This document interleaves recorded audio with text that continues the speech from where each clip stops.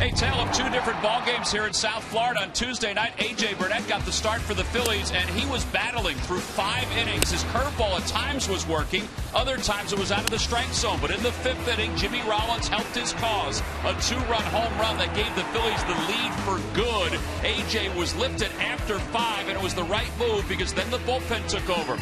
It was a big bridge for Jake Diekman. 2 scoreless innings. He walked the leadoff batter, but then figured some things out. And although Jonathan Papelbon and Mike Adams did give up runs in their relief appearance, Pat was able to close the door for a victory in game number 1. Last night, totally different story. The Phillies took the early lead, which was the same story as game number 1. They led it 2-0 going into the bottom of the 1st inning. However, the Marlins came back and tied it, and then Marcell Ozuna, as the game moved on, kind of took over offensively. He looped a single to center. This, though, was probably the play of the game. Giancarlo Stanton, with the bases loaded, robs Cody Ashley of 3 RBIs and possibly robbed the Phillies of the lead. And then Ozuna, a capper on his offensive night. This is a guy that was hitting under 200 in the month of May. Coming into last night's ball game, he cracks his first career grand slam. It kind of blew the game open. That was the 10th run. They went on to 14 runs. And now we turn the page. Thankfully for the Phillies, it's game 3 of this series this afternoon here in Miami. Hi, everybody. I'm Tom McCarthy, joined by Jamie Moyer. Yes, the Phillies want to turn the page from last night's ball game, and they're going to turn the page and give the baseball to Cole Hamels, which is usually a nice way to wrap up a road trip. It should be today, too. Cole's coming off of a great start, his previous start against the Cincinnati Reds, where he just actually dominated that game with his fastball. And we're going to go through a series here where he had a perfect inning in pitcher's terms. He threw 9 pitches and got 3 outs. It's something as a pitcher you dream of, whether it be in Little League, college, or professionally.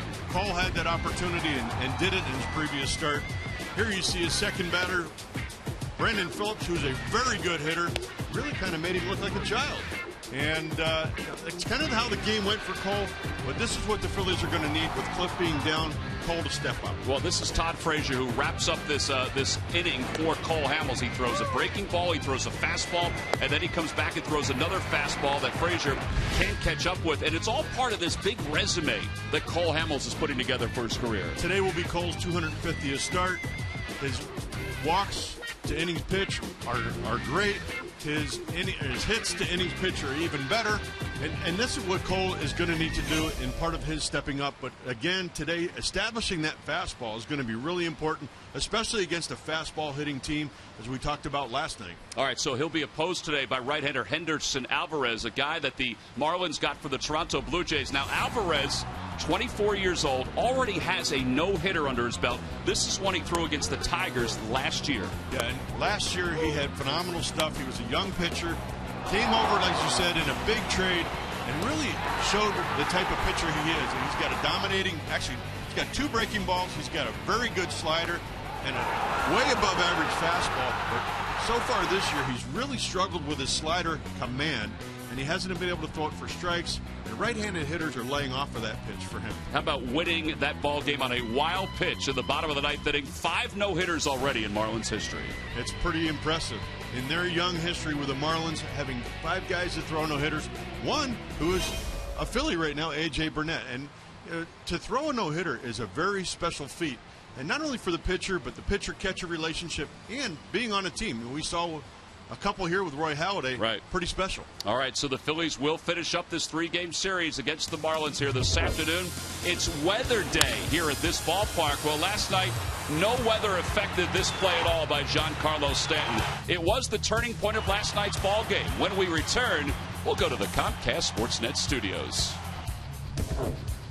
Phillies baseball is brought to you by Toyota. The Toyota Time Sales event is going on now. Toyota, let's go places. By Citizens Bank, introducing One Deposit Checking. Keeping things simple is helping you bank better. By Xfinity, your home for the most live sports. And by Independence Blue Cross, the most preferred health plan in the region. Independence Blue Cross, live fearless.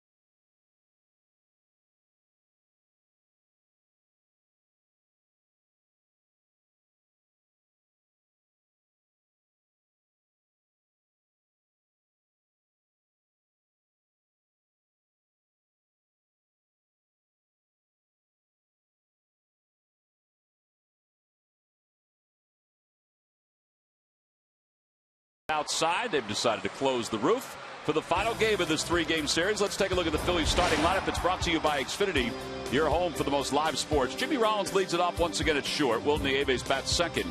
Chase Utley hits third, followed by Ryan Howard and Marlon Byrd. Cody Ashley's at third base batting sixth. Dominic Brown seventh. Ben Revere back in the lineup, and he'll be in center field hitting eighth, and batting ninth and pitching is left-hander Cole Hamels.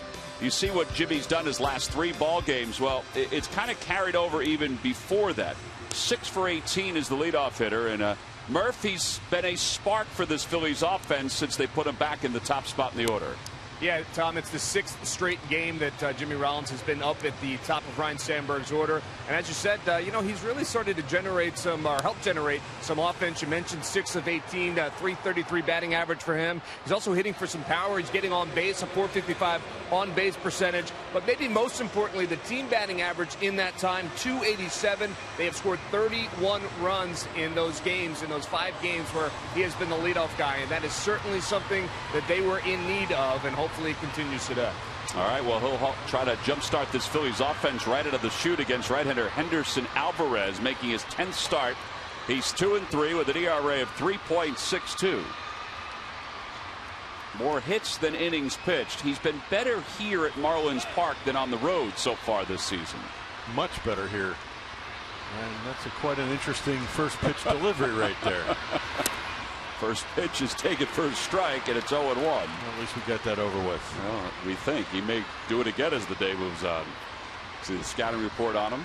Scouting report is you're going to see a mid-90s fastball with a good slider, but he's having trouble locating that. And he's got 2 types of curveballs. One he throws a little, is a get me over, and the other one has got a chase curveball and then a fairly hard changeup. Ball's pulled to the right side. Ed Lucas is there, and Rollins is retired. 1 away here in the top of the first. Well, here's this first delivery.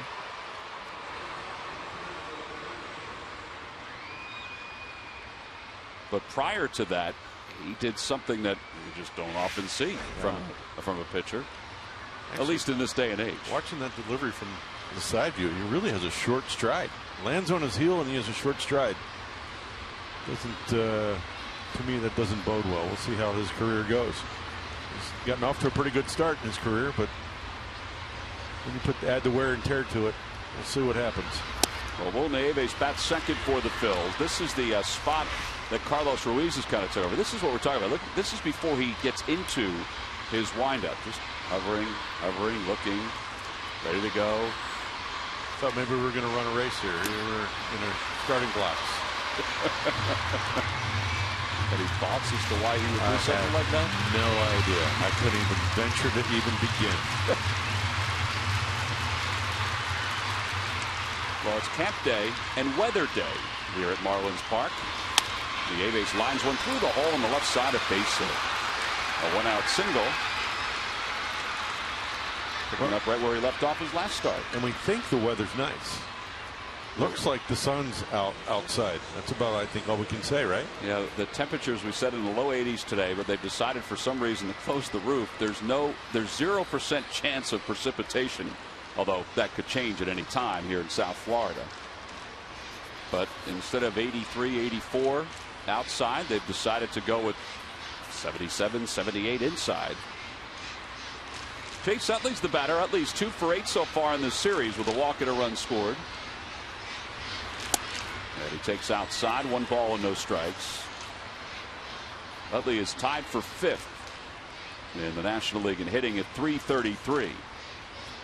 Troy Tulowitzki has a very comfortable lead on everybody right now in the National League in the batting race.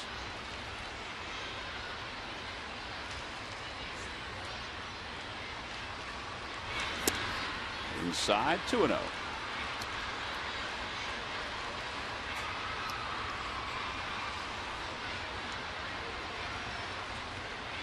Last 11 games against the Marlins, Utley hitting over 400. He's at 409.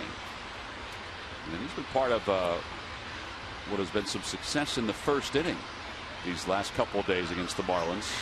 And he lines one into center field, a base hit. Nieves will stop at second, so the Phillies have 2 on with 1 out here in the top of the first.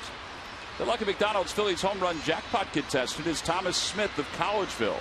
If the Phillies hit a home run in today's ball game, then Tom's going to win $100. Well, that success continues here for Chase in the first inning, using the big part of the diamond and setting the table for Mr. Ryan Howard. Howard 2 for 8 with a couple RBIs in the series. He had an RBI double in last night's first inning. Phillies, despite the loss last night, did have 14 hits. They scored 5 runs. And Howard lines it foul. It's 0-1. But they left 10. In fact, the first 2 games, Ryan Sandberg's team has left 19. And they're 5 for 23 with runners in scoring position. Their outfield's a little different look from what we've seen in their outfield, where Giancarlo is a little bit shaded to right center field, center fielder shaded to right center field, and the left fielder shaded towards center field. Well, they're also much deeper than what we've seen in this series, except for Stanton. He's probably in the, well, he might be a few steps back compared to the first 2 nights. So here's maybe normally where Stanton would play. Center fielder would be over here, left fielder would be over here. Kind of pinching him to right center field. 1 ball, 1 strike to Howard, and he takes inside 2-1.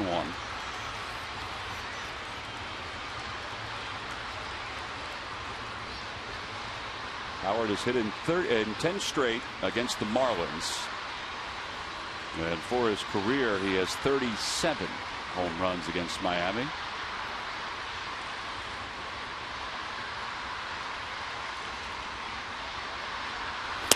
Outside, 3-1. Alvarez asking where that pitch was, and Ted Barrett was nice enough to say yes. I like it. Yeah, when he asked him if it was on the off the outside part of the plate, and Alvarez threw his head back, and Barrett doesn't take a whole lot. And there's a man in charge right there, Ted Barrett. Now, if that would have happened the first night, I don't know. The ball is off the plate. It's almost in the other batter's box.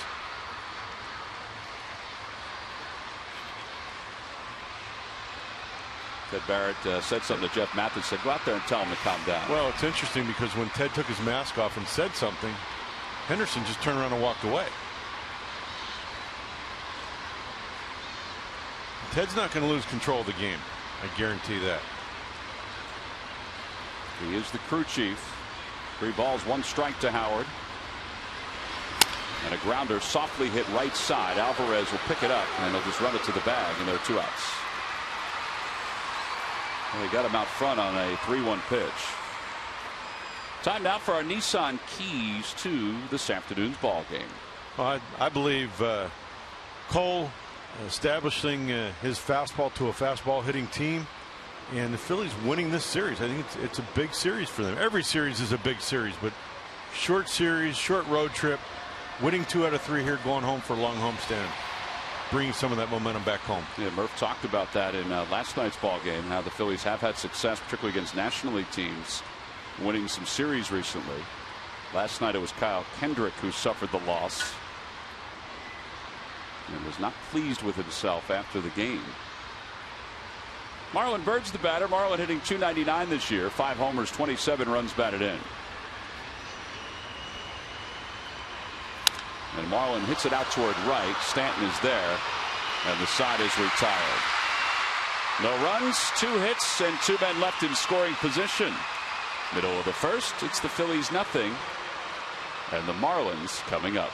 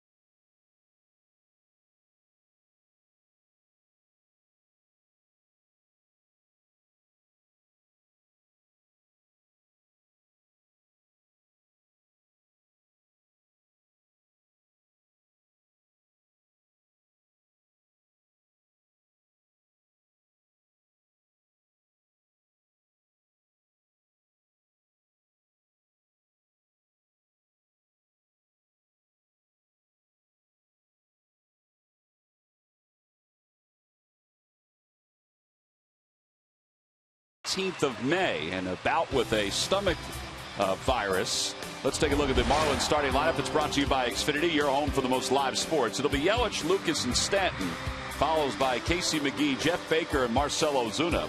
And the bottom third of Echeverria, Mathis, and Henderson Alvarez. And they'll face Phillies left-hander Cole Hamels.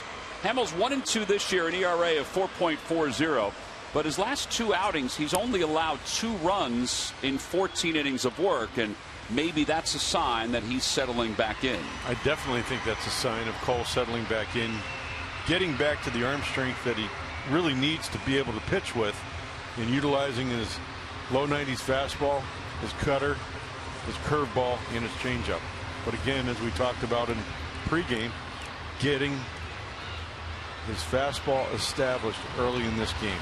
When you saw his career numbers against the Marlins, 9-12, not a terrible ERA at 3.16, but in 2 starts here, or excuse me, in 6 games here, he has pitched very well. An ERA of 1.98 here at Marlins Park in those 6 games. And he delivers a fastball high to Christian Yelich, so it's 1-0 here in the bottom of the first.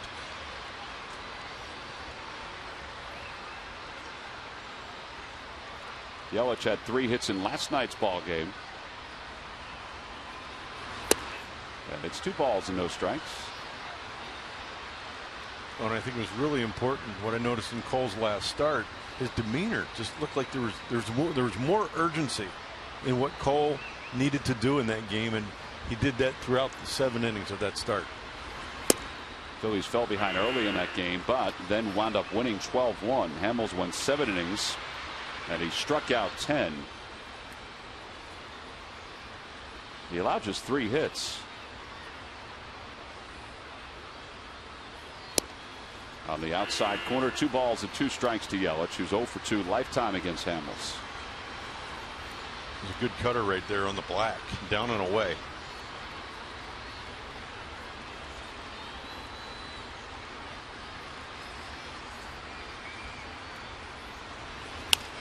Popped him up, foul territory. Ashley will give it a look, but it's going to be out of play. Today's ball game is also available in Spanish. Just use the SAP button on your television or change the language through the menu on your cable box.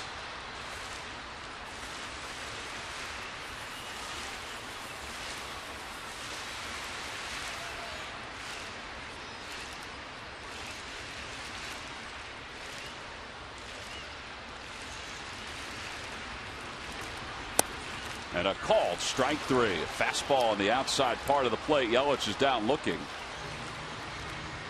1 away here in the bottom of the first.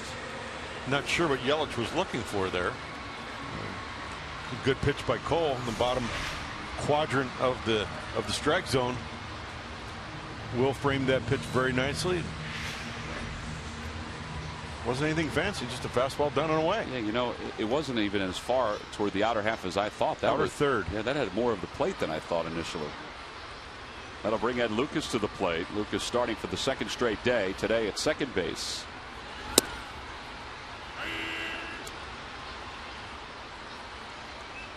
And you just look at the first 2 hitters of this game versus a couple games ago with Cole's fastball. What a big difference. Just in location more than anything else, right? Exactly. Now there he missed grossly across the plate. But early in the game, he's trying to establish both sides of the plate. Now he's got to make some, when he goes back in there, he's going to need to make some sort of an adjustment to get the ball in. Will was in there plenty. He just didn't get it there. Off speed pitch, and it's 1-2. And for me, a lot of times, when you're not able to get that ball inside, you're going to glove, as we would say, glove side. It's a matter of staying behind the ball and staying with it longer and trying to throw it through the catcher. Well, he is setting up inside. The 1-2 pitch is lined back toward the middle. A base hit for Lucas.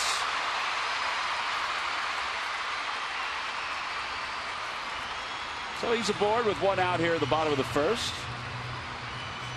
And that'll bring Giancarlo Stanton to the plate.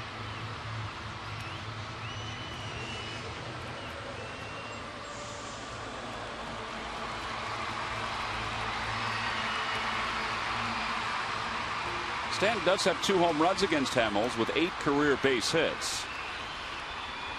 Overall hitting .305 this year with 12 home runs and 44 runs batted in.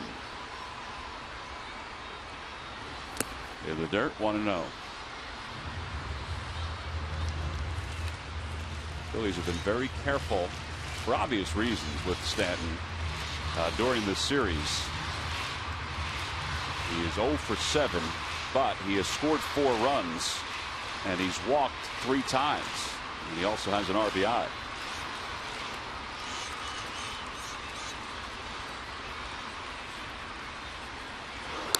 Well, and he can change a game, and he showed last night a different way that he can change the game. He made a great diving catch in right center field, which saved the Marlins at least 2, maybe 3 runs.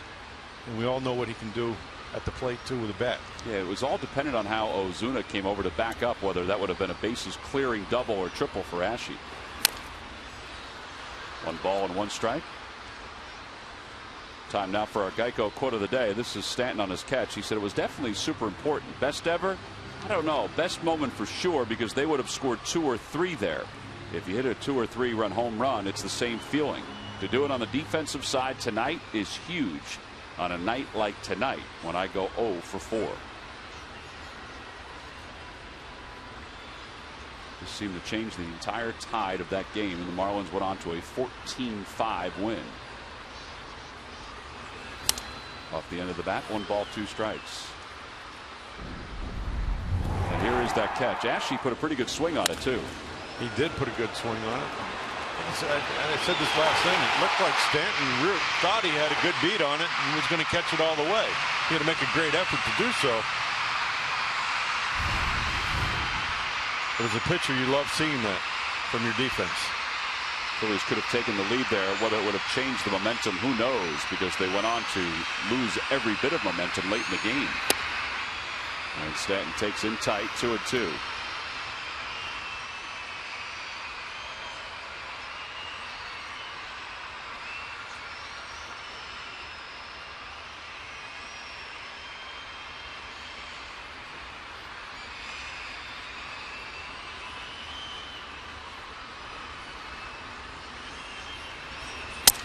Broke his bat, a looper toward right. Bird coming on. He's not going to get there.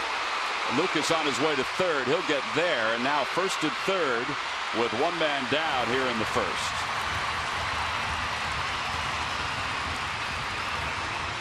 Well, he shattered his bat, and because of his power potential, Bird was playing deep in right.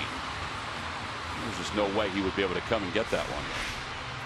Cole throws a good fastball in here. Gets him up on the label. He's just big enough and strong enough to fight that ball off. Here you see the pitch. Ball's in and gets him right around the trademark. But he fights it off enough to get it out to left field, or excuse me, out to right field. And Ed Lucas did a great job with that ball off the bat.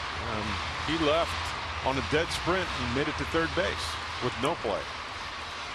Well, the Phillies will set up to try to turn 2. They'll concede a run here, but hopefully they won't have to if they can turn a double play. Casey McGee is the batter. He has 30 RBIs this season. And he hits one towards short. That should be 2. Rollins will take it to the bag himself, and it's an easy double play. And Hamels gets out of this jam here in the bottom of the first. No runs, 2 hits, and 1 man left. We've played 1. We go to the second. Cody Ashe will lead it off.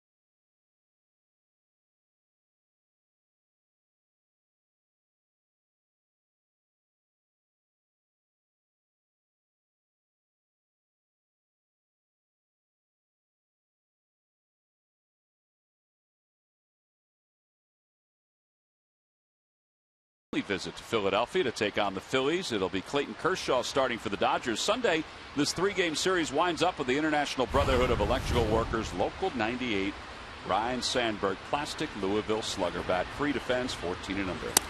Tickets can be purchased anytime at Phillies.com, or you can call the box office. Hardworking folks are standing by right now to take your order at Citizens Bank Park. Cody Ashley is behind, no balls and 2 strikes as we begin the top of the second.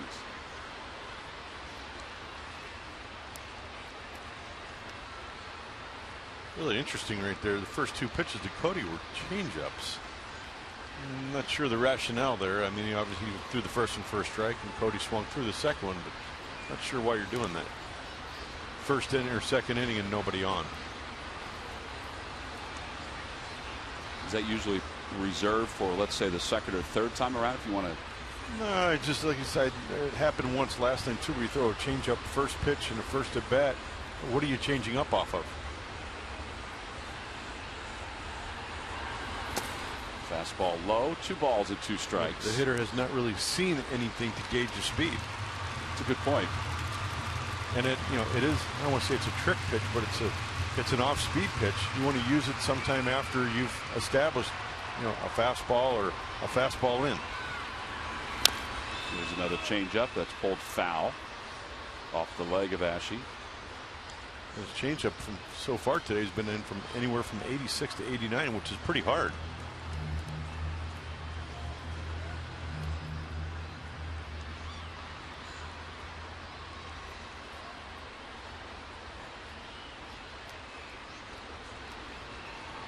Alvarez received a no decision in his last outing against the Giants. He went 6 innings, allowed 10 hits and 4 earned runs.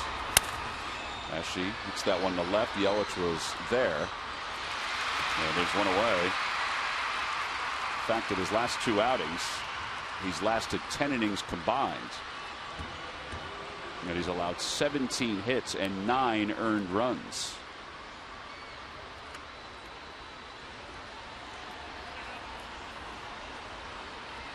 Seems like this series, the Marlins, when they've kept the ball down to Cody, they've really kind of kept him at bay. Which, if it's low and in for a left-handed hitter, that's usually not the case. They're usually able to get the bat, just drop the bat head down on that. Yeah, and most of those low pitches have been away, even whether they've been fastballs or off-speed pitches. But Cody seems like it's not a comfortable place for him. Ground ball to second. Lucas backs up on it, has time, 2 outs. And that'll bring Ben Revere up. Get all of your Phillies sports news and scores when you're on the go. Be the first to know breaking news on all of your Philly teams right now on your smartphone. Download the free CSN Philly Sports app today.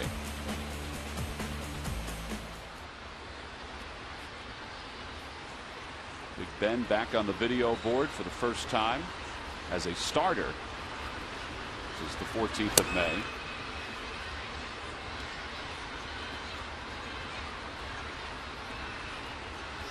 That's the same picture they used when the Phillies were playing the Marlins at the old stadium. Very colorful Geno stakes.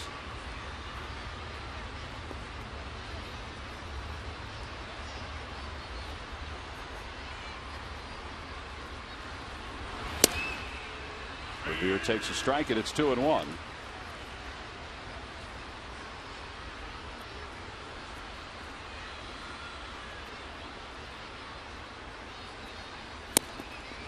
Two balls and 2 strikes.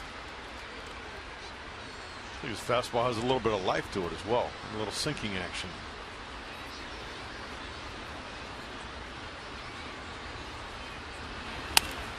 Revere fights it off and it gets past Pete Buchanan in the third base coach's box.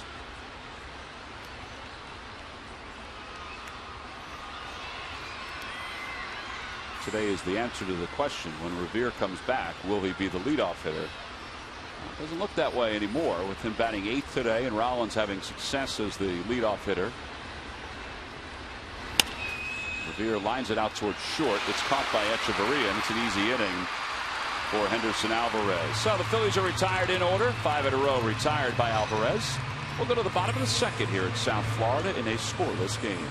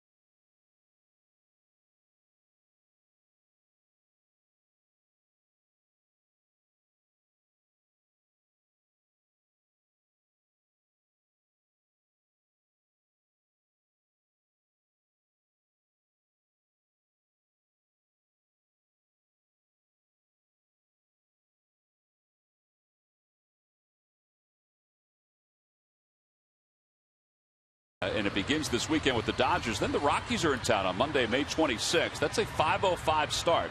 It's a Hatfield Dollar Dog Night at Citizens Bank Park, plus a salute to veterans. Tuesday's a 7:05 start. So is Wednesday against Colorado. Tickets can be purchased anytime by going to Phillies.com.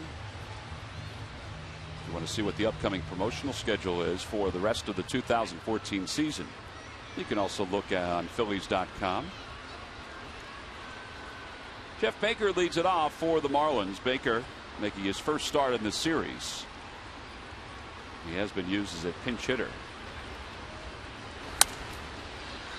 Overall hitting .229 with 1 home run and 9 runs batted in.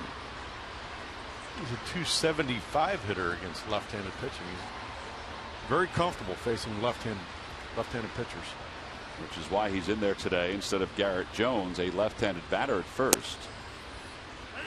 Although I thought Jones was going to play today just because he's been swinging the bat so well. Yeah, I think his numbers aren't so great off of Cole. He has hit a home run off of Cole, but again, here's another opportunity for Jeff Baker to get some at bats. The play down the right field line.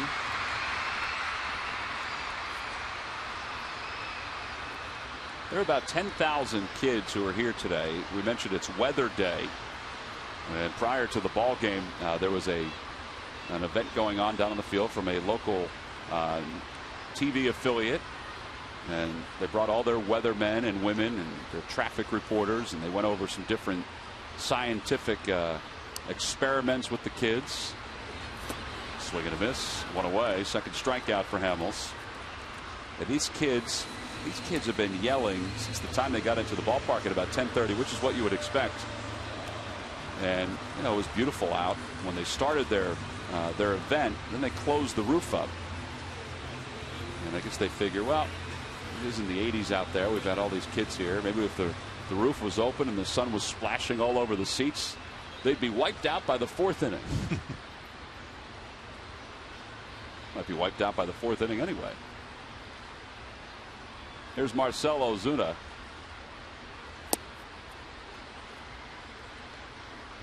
Well, if you saw the last pitch in the last at bat to Jeff Baker, Cole had thrown him 3 fastballs that he fouled off. He threw him a really good curveball down and in. And you know, we've talked about mistakes with 0-2 pitches. It was a very good 0-2 pitch there by Cole. That is something that's kind of stood out today. Is his game plan. He seems to be sticking to a specific game plan. I think Will's got a really good handle on it behind home plate. He's, you know, so we talked about Ted being in control of the game. Will in the A's is, I think, in very much control of the game as well. High fly ball to deep left center field. A lot of room out there, and Revere has room, and he makes the catch, so there are 2 outs.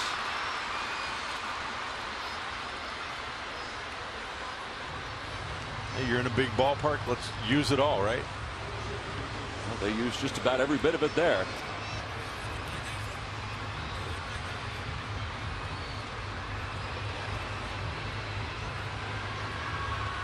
Here's Echeverria. Echeverria did not start yesterday, but starting here this afternoon at shortstop, he has 5 hits and 13 career at bats against Hamels.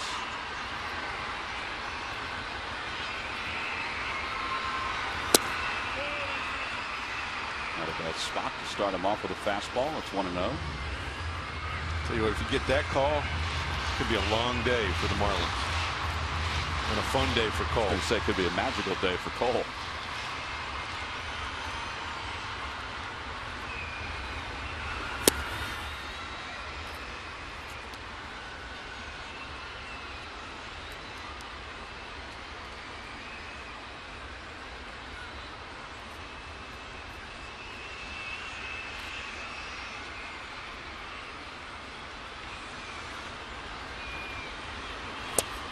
At the knees, and it's 1 ball and 2 strikes.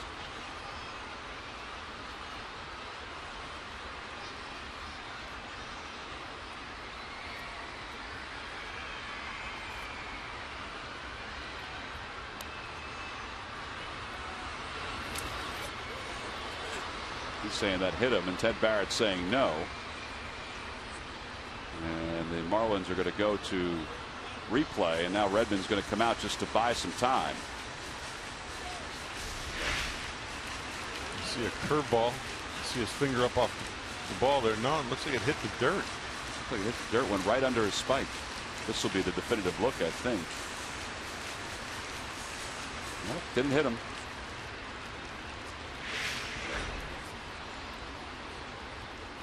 Now the looks that we have, that we're showing you today, are the only looks that the umpires will have for replay, because the Marlins are not televising this afternoon's ball game. Normally umpires have the looks of the home and visiting clubs, and the angles are a little different because cameras are a few feet away from each other. As you can see there, camera on the left, camera on the right. Our camera's on the right. Lowell's manning that one. And sometimes it does give a different look. Murph's got a camera down there. Huh? Murph, could you take the tarp off that camera, Murph, and operate it? I absolutely can. I'm going to do that right now.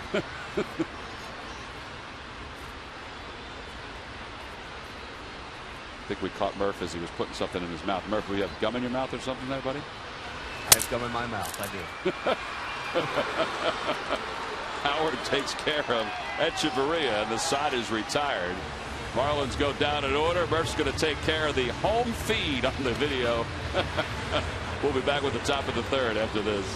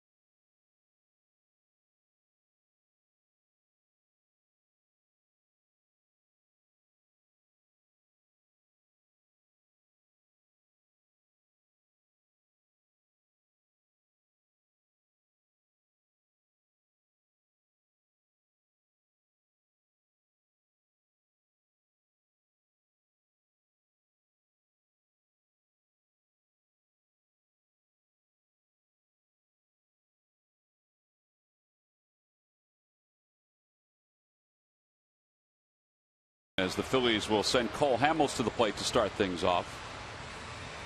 Cole had a pretty comfortable bottom of the second against the Marlins. Yeah, and you see here with the replay with Echeverria, Cole's pitched in enough, and look at his hips. His hips are opening here. Looks like he's looking for the ball in, and the ball's away, and he really doesn't get a good swing on it. Hits it off the end of the bat. Nice ground ball to Ryan Howard. So an effective pitch as Hamels takes a strike to start the third. We've talked so much about pitching inside, and there you can see what an effect of pitching inside. You got guys starting to look for the ball inside, and he outguessed him and threw the ball down and away. And you're not then allowing him to hit the ball on a good part of the bat. 1 ball, 1 strike to Hamels. And it's 1-2.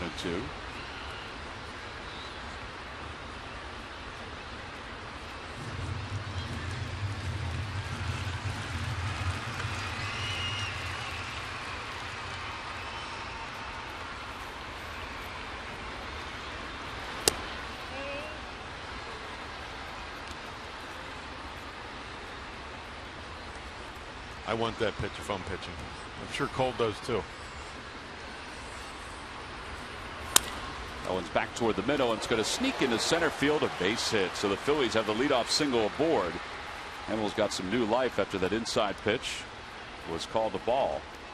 It's now time for you to tweet your photo using hashtag #PhillyFanPhoto for a chance to have it shown in an upcoming game broadcast. It's brought to you by AT&T. We'll show that photo in just a few innings once you send it in.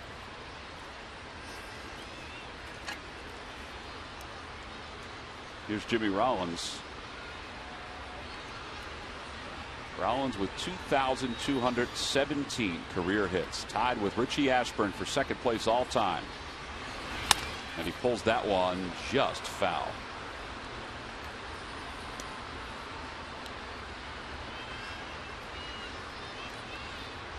Interesting right there. He started Jimmy off with the first pitch changeup. Jimmy was right on it. Pulled it foul right down the line.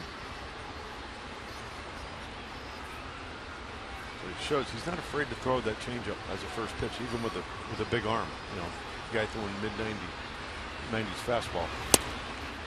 Well, there is that mid-90s fastball. It's 0-2.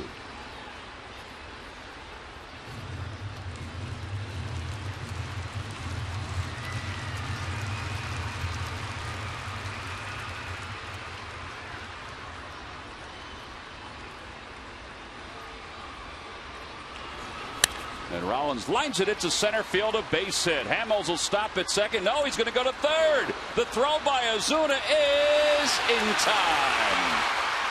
Rollins goes to second on the play. And with that base hit, Jimmy Rollins moves into sole possession of second place all time in Phillies history in base hits with 2,218.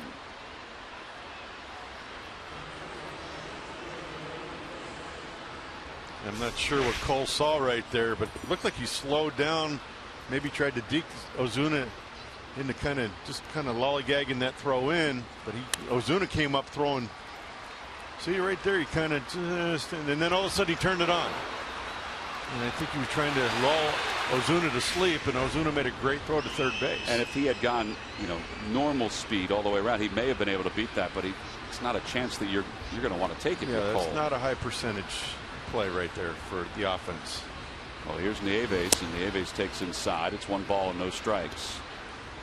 It's that old baseball adage, don't make the first or third out at third base, and the Phillies just did that. Reading my mind, Tom.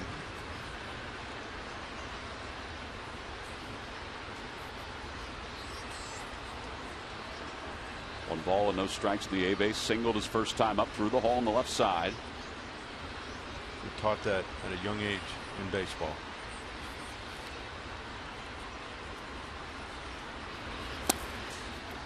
And Hamels not normally a base runner, of course, as a pitcher doesn't get a chance. He doesn't get as many opportunities, but he does run pretty well.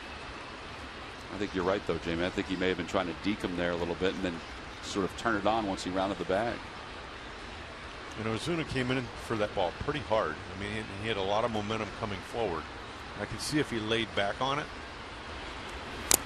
He came at that ball pretty hard, expecting, that's what you teach your outfielders: come to the ball hard and take the aggressiveness away from the base runner. And the other thing, Cole puts himself in a little bit of jeopardy there with sliding. Not to say, hey, he's got to play in a glass case, but you slide, you hurt yourself, you tweak an ankle, you slide, you put your hand down, you break a finger. Let's go station to station unless we're sure we can make that second base. Well, thankfully, Rollins did go on the throw, and now he's in scoring position. It's 2 balls and 1 strike to Nieves. With 1 man down as Hamels thrown out at third. And Nieves hits it foul toward Pete Mackanin. Well, and on the other side of it, if he's safe at third, you and I are sitting up here going, wow, what a great play by Cole. But inside, I'm not sure that I'm thinking that. Well, as he was rounding second, I thought he was stopping, but as he was rounding second and I saw how Ozuna was coming after it, that throw was, it was right on the money, but he probably could have even been off to the left a little bit and still got him.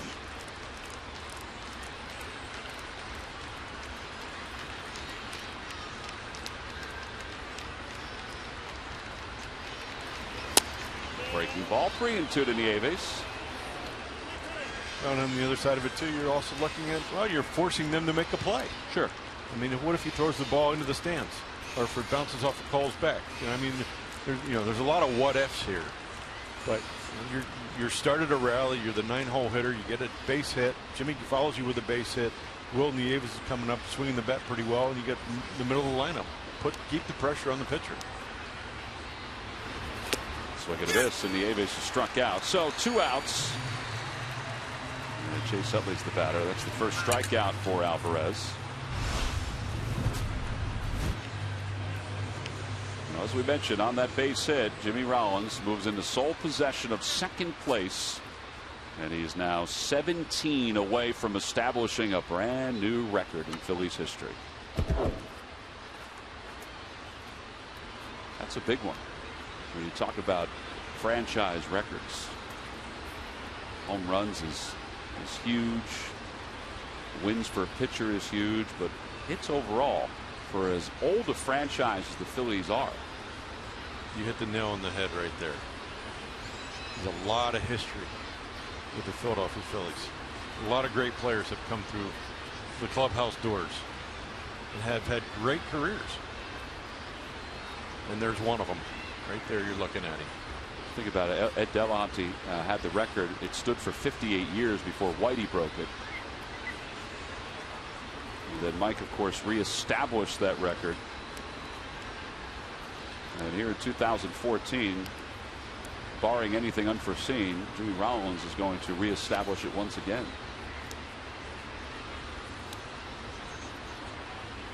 Chase Utley's the batter. And he takes a strike. It's 0-1.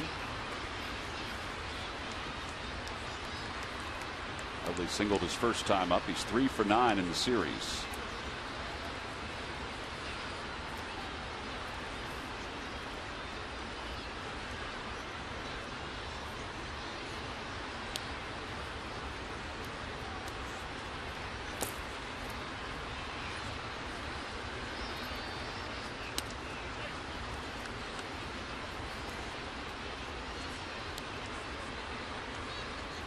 First curveball we've seen from Alvarez today. Good little sharp breaking ball right there. Chase had a good look at it and laid off of it.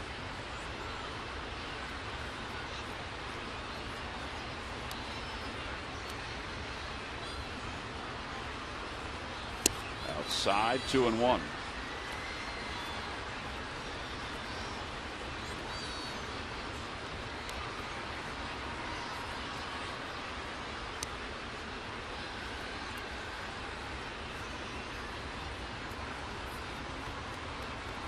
Utley with 28 career home runs against the Marlins.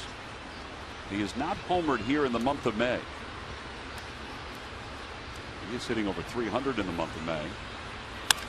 It's that one the opposite way. Yelich has a long way to go, and he's going to get there. And the side is retired. Phillies get a couple base hits to start the third, but Rollins is left on board, and he's left in second place all time in hits.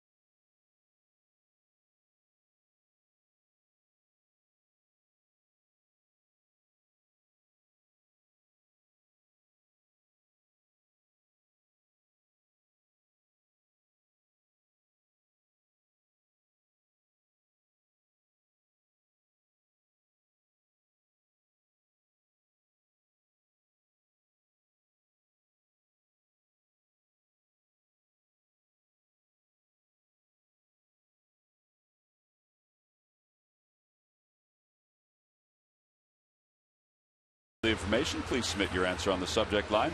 Jamie, what player holds the record for most home runs in Sun Life Stadium history with 78? Wow. That's a toughie.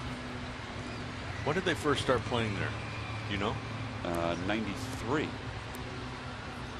was their first year. I've got a hint for you, but I'm not going to give it to you just yet. Can I'm I pass today? No, I think you'll get this one.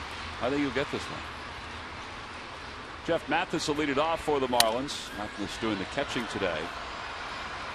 Mathis came in the 9th inning of last night's ball game for Jared Saltalamacchia. Saltalamacchia turned his ankle running the bases last night. He said it was no big deal. He said he did get x-rays after the game. They said, well, how did it happen? He said, I'll tell you how it happened. Garrett Jones can't run.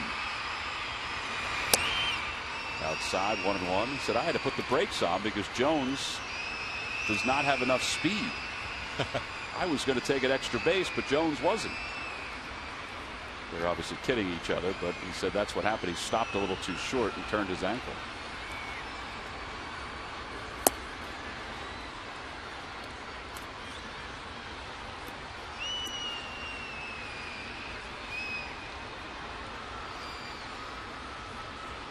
Two balls, one strike to Mathis.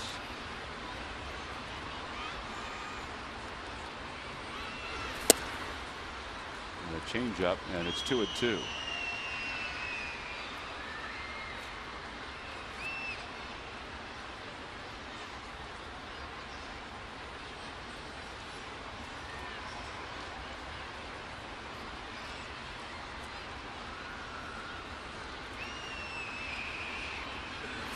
Swing and a miss. He threw 2 straight changeups in very different spots. And that's his 3rd strikeout. Phillies baseball is brought to you by the Pennsylvania Lottery. Benefits older Pennsylvanians every day. By Thomas Jefferson University Hospitals. Call 1-800-JEFF now for an appointment. And by Dodge. Visit Dodge.com or your local dealer today. To me, that's what sets Cole aside, is that he was able to throw 2 straight changeups in different spots and with different styles. He does with the changeup what guys can do with the fastball, if that makes any sense.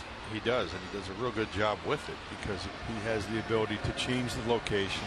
And the first one was, I don't want to say it was up in the zone, but compared to the second one, the first one was at the bottom of the zone. The second one fell out of the bottom of the zone and looked like the first one.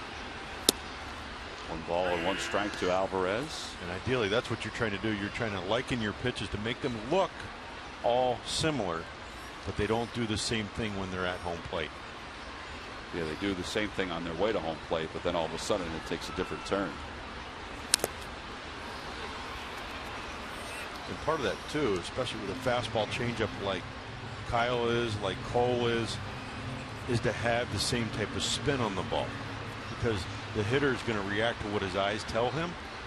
And when you can have the same arm speed and the ball comes out of the same slot but different velocity, you get far different results.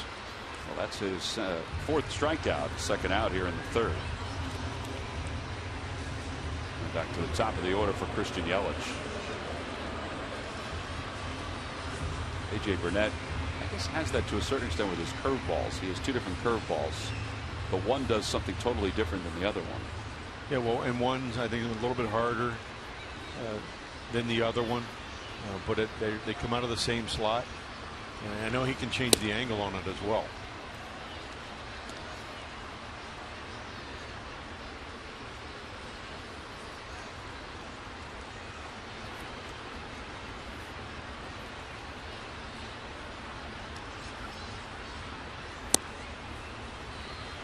One ball and 1 strike to Yelich.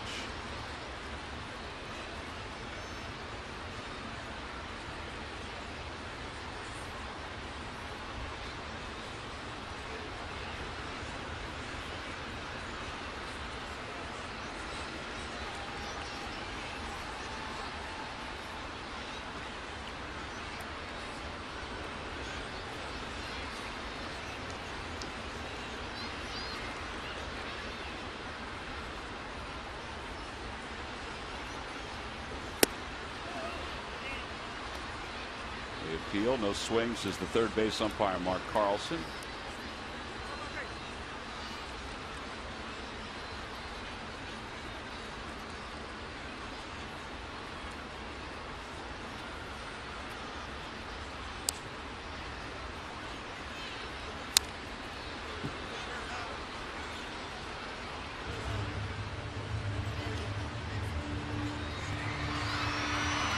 Hamels with 4 strikeouts so far in today's ball game.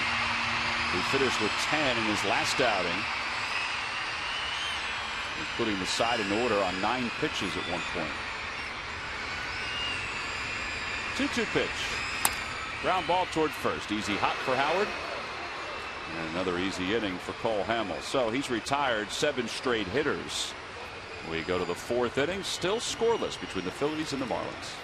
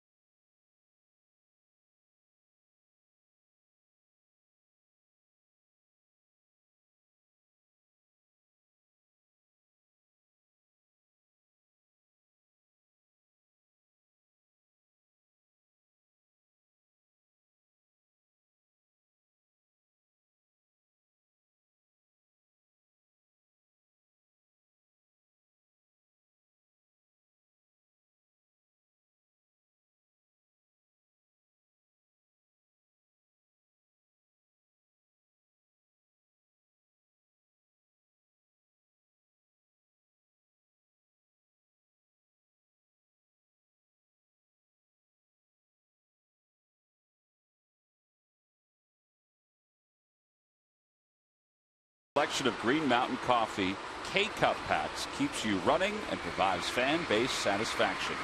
Order by 11:30 and get free same-day delivery. Huba, W.B. Mason. We go to the 4th. Neither pitcher's really allowed too much. Phillies do have 4 hits. The Marlins have 2. Henderson Alvarez will face Ryan Howard, Marlon Byrd, and Cody Ashe.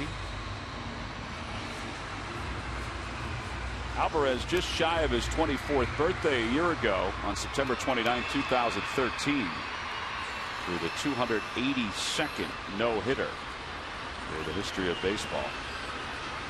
He allowed 3 base runners on an error, a walk, and a hit batter. That was it against the Detroit Tigers.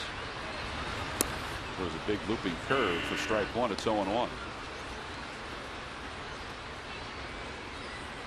60 miles an hour. Yeah, when you see pitches coming in at 90, 92, 94, and then you see a 60-mile-an-hour pitch, it can really send you for a loop. It's one of those pitches you just close your eyes, I think, and don't even look at it. Yeah, see the difference there. That's 34 miles an hour between the fastball and the curve.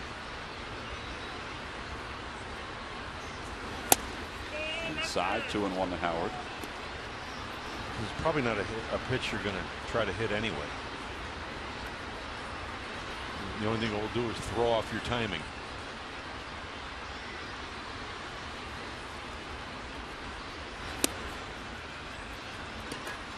All right, so 3-1 here. It was 3-1 his last time up, and he hit a soft ground ball to the right side. I think if you're swinging, you got to look to swing and hit this ball hard somewhere. You're not going to try to just make contact. This is a free swing right here. Outside, ball 4. Howard draws a walk. It's a 3-1 changeup. He got what he deserved right there. Guy throwing 94, 96 miles an hour throws a changeup, 3-1. Not smart. I don't believe so. Especially early in the game. Challenge somebody. Show me you don't have a whole lot of confidence with your fastball. When you should, at the velocity that you have. Or you're afraid that Howard's going to put it into the seats in right field. Oh, now you put him on base and you got another tough hitter behind him. Marlin takes inside. Marlin flied out to right his first time up with runners on second and third. And he wasn't pleased about it.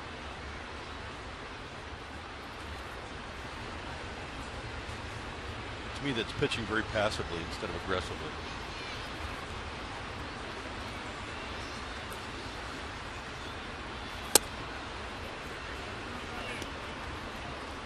If Ryan's doing what he's supposed to be doing, he's looking for a fastball. He could throw that changeup right down the middle. He's probably not going to get a good hack at it because of the speed variance. Right. He'd probably do what he did his last time. Right. Hit it softly somewhere. 2-0 to Marlon Byrd. And that one's in on the inside corner. 2-1. The other thing is pitchers. I think we fall into the trap and give the hitters too much credit at times. I think that happens on every level. Oh, I think agree. vice versa. Yep. I mean, look at averages. Who's hitting 333? There are maybe a handful of guys in baseball. That ball's hit well out toward left field. Yelich has a lot of room out toward the track. A step from the wall makes the catch. One away. It's like Death Valley out there in left field and center field where it's 418 with a high wall.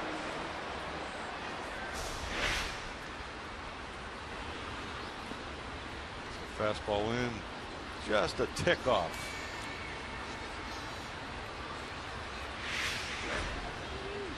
I think that lady behind there was thinking about maybe catching that in her cup that came over the fence. Yeah, I think she was a little fearful that it was coming over the fence. Well, that ball would have been out of many ballparks, and obviously not here. Cody chops it to the right side. That might be two. There's one, and they're not going to be able to turn two. So 2 away here in the fourth. As promised earlier in the game, we have the AT&T fan photo of the game, and it comes from Crazy Bird Lady NJ. And there it is. Ooh. I don't know. They don't look so crazy. We appreciate your photo. Tweet your photo to #PhillyFanPhoto for a chance to be shown in an upcoming game broadcast brought to you by AT&T. That photo coming in from the great Garden State.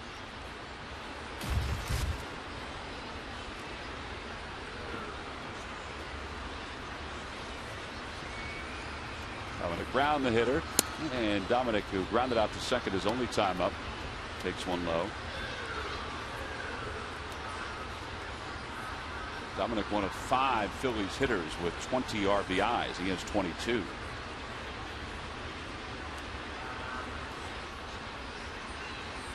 Even with his struggles this year offensively, and he's hitting right around 215. He's still 5th among left fielders in RBIs with those 22.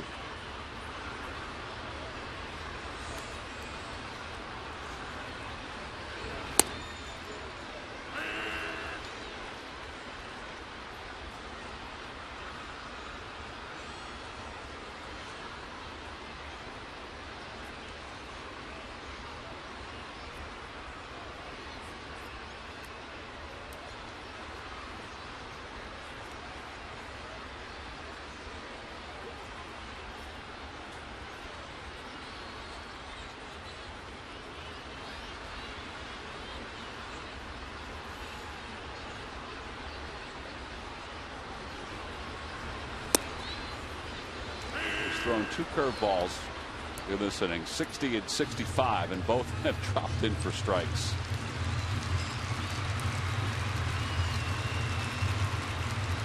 And it's a very enticing pitch, but it's so slow. You just can't wait for it to get there.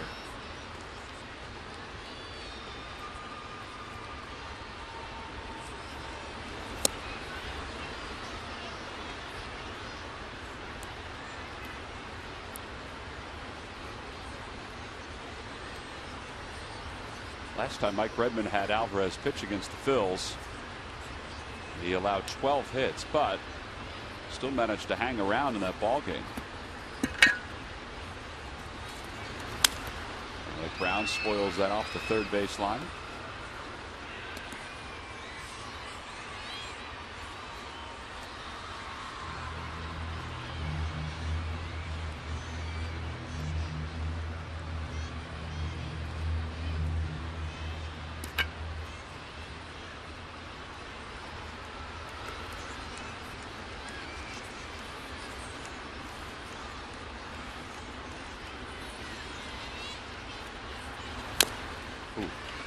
Fouled that right off his ankle.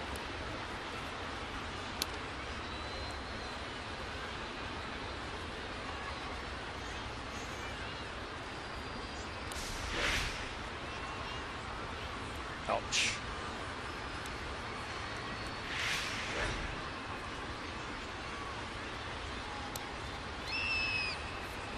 Guy on deck did that last year for the All-Star break, and he wound up being out for the rest of the season. 2-2 is it back toward the middle. Big hop for Echeverria, and he flips to first in time to get Brown. So the mound slowed that one down and robbed Dominic Brown of a base hit. Phillies leave one here in the fourth. We play 3.5 down here in South Florida.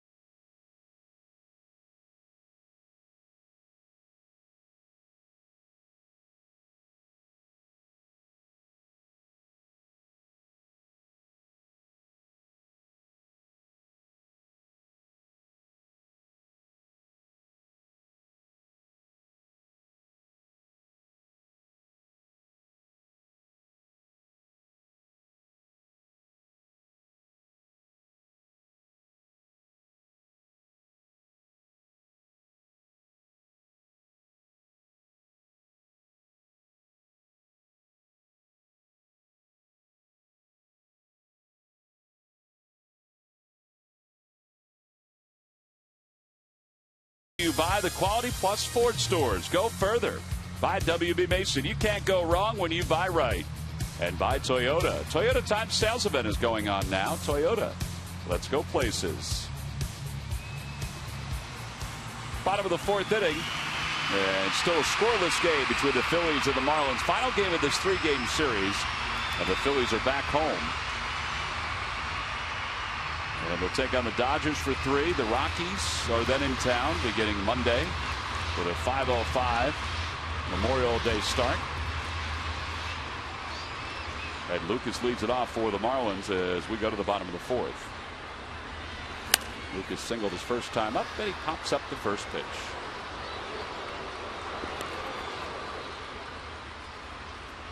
One quick out. Giancarlo Stanton is coming to the plate. All right, Murph, the Phillies have done a nice job with Stanton. Even though he has produced in this series, they've done a good job overall against his offense. That was the plan coming in, Tom, according to Ryne Sandberg. I talked to him about it before game one. You know, how do you approach a guy like Giancarlo Stanton? Now, you know, the Marlins have a lot of good hitters in this lineup, but Stanton is the guy. And, you know, Ryne said that he's the guy that we're not going to let beat us if at all possible. And they have done a good job, as you said, just 1 for 8 in the series. However, 3 walks, 3 runs scored. He made the big catch out in the outfield yesterday, out in right field. So he's been able to do his part to help the Marlins, but they're trying to keep him off balance, keep the ball out of his happy zone, as Ryne Sandberg called it, which is out over the plate. Bust him in, then try to get him to chase outside. That's been the plan so far. Well, right there, Hamels challenges him. Ashe cuts it off, hesitates for a moment, and still is able to throw out Stanton. And there are 2 outs. And Murph, that was a spot where they could challenge him. Nobody on. 1 man down. No score in the ball game. Yeah, here's a really good, it's a cutter. It runs in on it. He's seen a lot of fastballs from Cole. Again, that ball hits him on the label. He hits the top of the ball. He tops it. He hustles hard down the line. Cody Ashe comes over, and it's not a routine play. It's a tough play. Throws him out. It's a bang-bang play.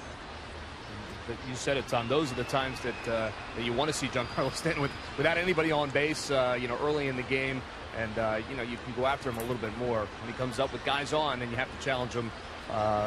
If you're afraid to walk him at that point, that's when he can cause some damage. So Stanton's retired. And the other side of that, you only threw him 2 pitches. he hasn't seen all of Cole's pitches yet to try to get timing.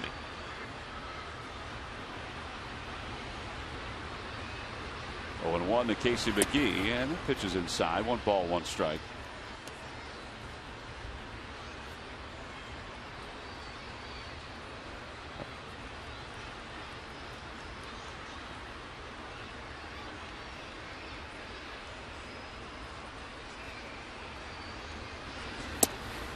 Just off the outside corner, 2 balls and 1 strike.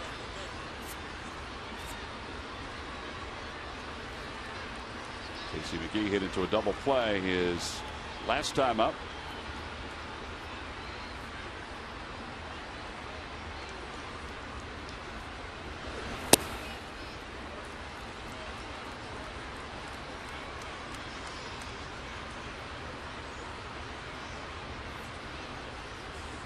Hamels trying to make it 10 in a row.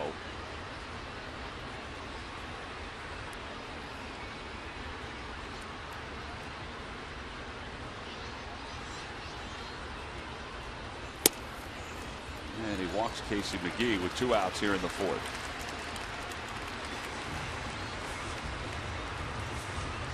Time to take a look at our Mazda leaders, and you have to be careful with Casey McGee, particularly when there are runners in scoring position. That's been the case all year long, but in the month of May he has 14 RBIs.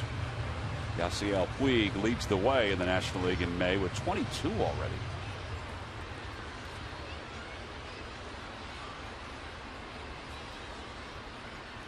McGee also has 21 hits this season with runners in scoring position, which is second only to Puig, as Baker fouls it off to the right. No balls and 1 strike.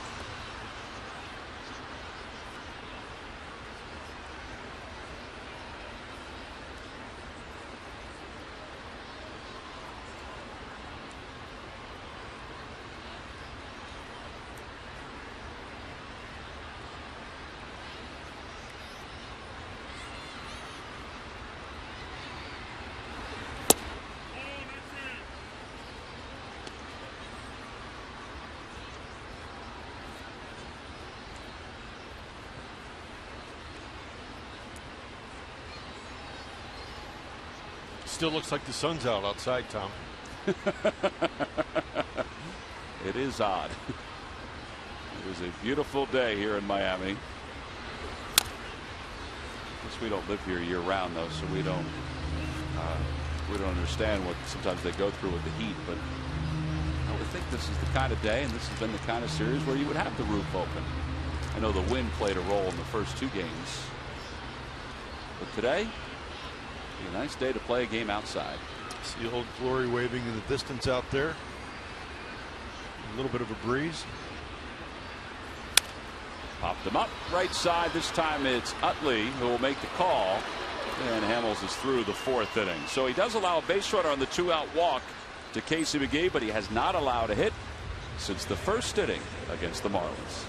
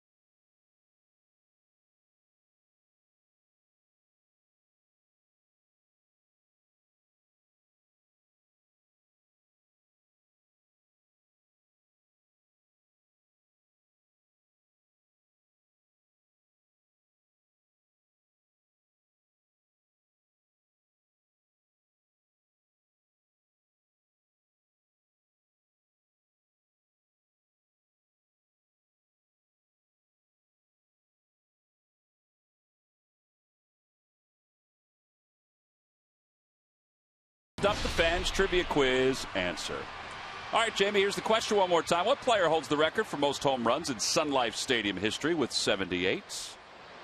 I'm going to go with Dan Uggla.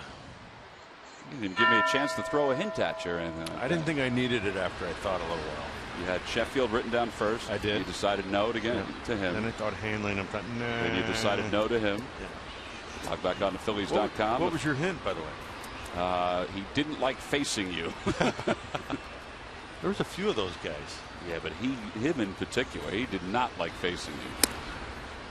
I mean, at the end, he kind of figured some things out. But yeah, I think I gave up one of those 78 home runs to him. At least one. I think he struck about like 17 times, though. Revere takes inside. 1 ball, 1 strike. I think out of anybody that it was funny watching you face, he would swing harder and harder, and you would throw it slower and slower to him. Come to the point where the ball barely left your hand and he was swinging. Yeah, at times he was I do remember, very, very frustrated. And I think I could kind of sense he was starting to get out there with me. I'd throw a ball in and I could tie him up. 1-2 pitch to Revere, and he pulls it foul. And it remains 1 ball and 2 strikes. I have the vision of Chris Coast behind the plate facing him, and I can just see Chris's body language, and you just, as a pitcher, you have a lot of those memories in your head, and that's when we start talking about, that's the first thing I thought of. Another foul ball. It remains 1-2. Well, before you were done, you know, I remember when the Marlins would come in, people would always go to Uggla and say, "You in the lineup today?" And there were times where he wasn't. They just decided not to play him anymore. 1-2 pitch to Revere. Swing and a miss. 1 away, and they'll bring Cole Hamels up. That's the second strikeout for Alvarez. And I think part of that success, too, is Dan at that point in his career really struggled with shortening his swing. And he was not very selective. That didn't help either. No, he was swinging. It didn't matter what you were throwing. Hamels hits the one in the air toward foul territory down the left field line. That's out of play on 1 hop.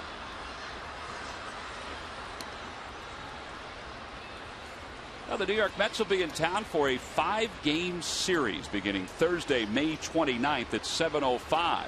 The series winds down on the 2nd of June at 7:05. And Sunday, of course, is the Total Cliff Lee action figurine. Free to fans 14 and under. There's the figurine right there. You get tickets to all 5 of those games. There's something going on every day at the ballpark when the Mets are in town. You can purchase those tickets by heading to Phillies.com. As Alvarez makes his second unassisted putout. 2 outs, and Jimmy Rollins is coming up. That's interesting. I wonder how many times, or how it's happened with pitchers, unassisted putouts at first base. Oh, what the record is for that. I couldn't get it out. Yeah, we can find that. It might take a little bit, but we'll find that. It's very uncommon. You don't see that very often. No. And when that happened, when he's touched first base, I thought of it, and then you said it. You don't see it very often.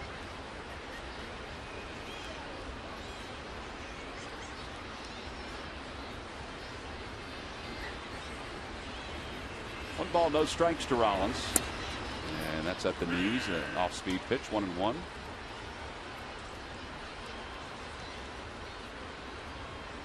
The only time you would see a pitcher do that is on a play like that.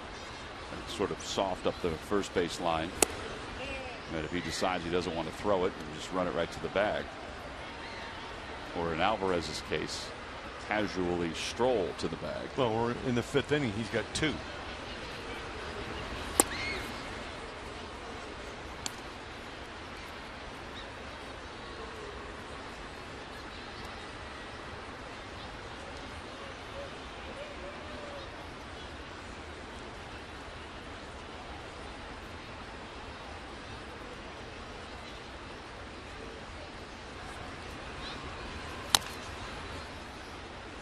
Again, he does not throw the fastball 3-1. He throws Rollins a change, and it's 3 balls and 2 strikes.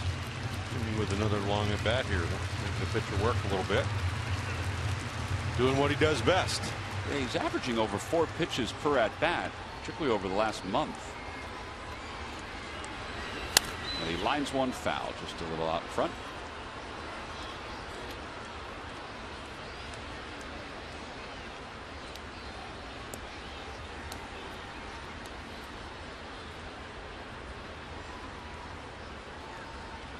A little above what you would want a pitcher to be at right now with 2 outs in the 5th.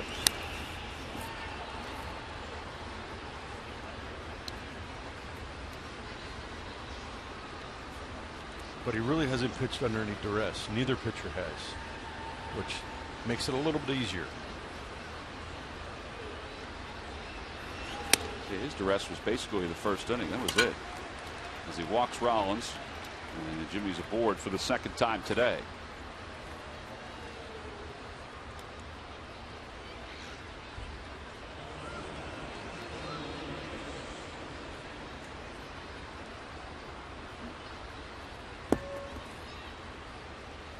Bring Nieves to the plate. Nieves is playing today for Carlos Ruiz. Ryan Sandberg said the other day would have today off, but he got banged up a little bit last night catching in the game with Kyle Kendrick on the mound. One softly hit towards second, and Lucas will take care of Nieves, and the Phillies are retired here in the 5th inning. So still not a whole lot of offense here this afternoon for either team.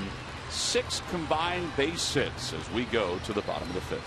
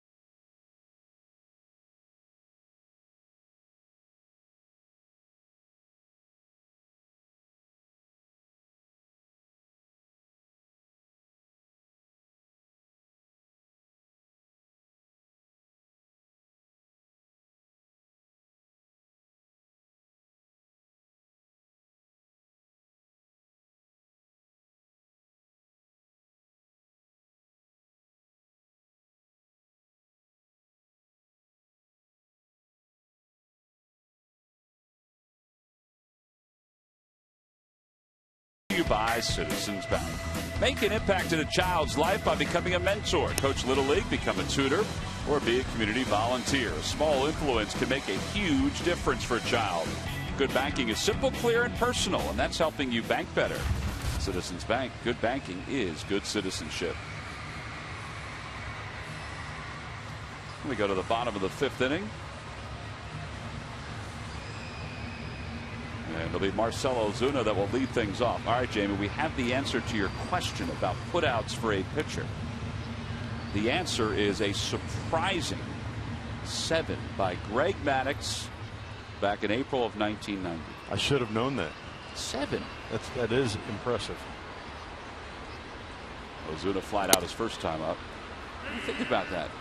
And Maddux is the kind of guy, correct me if I'm wrong, he didn't mind throwing. You know, he could throw when a ground ball came back to the mound or something like that.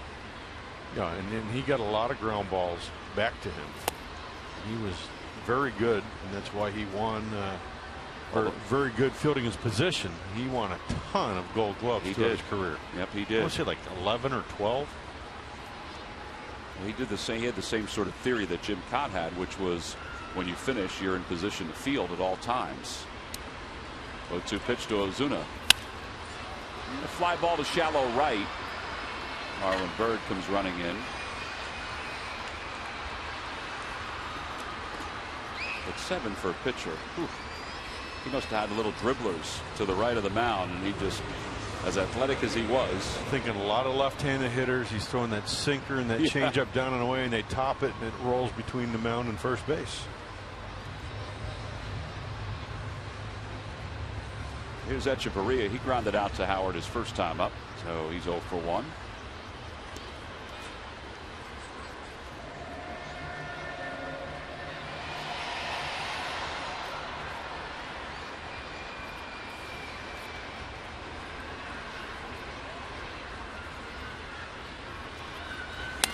And he bunts it toward first, and it rolls foul. Yeah, that's a really good thought in a game like this. Trying to push a bunt, push it by the pitcher. Obviously, he went down the line, but trying to get it by the pitcher, force the defense to move. It's a fast-paced game here. You're trying to make something happen. Yeah, particularly as we move along. We're in the bottom of the 5th inning, and there hasn't really been a threat aside from the first inning for both teams. Rollins was able to get into scoring position after the first inning, but that was it. Fly ball to right. Bird has room, and there are 2 outs.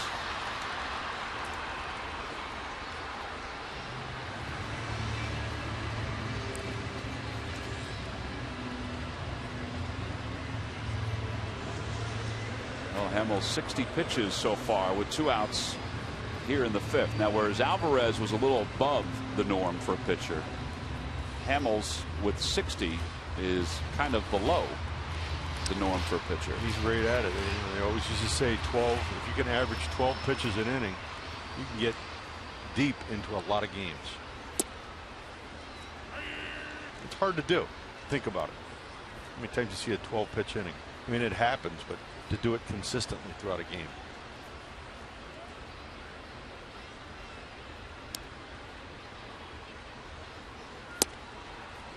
And 2. Cole's got everything working today. It was a really good curveball. He hasn't thrown many curveballs, but when he has, they've been very effective. Hasn't thrown a lot of cutters either.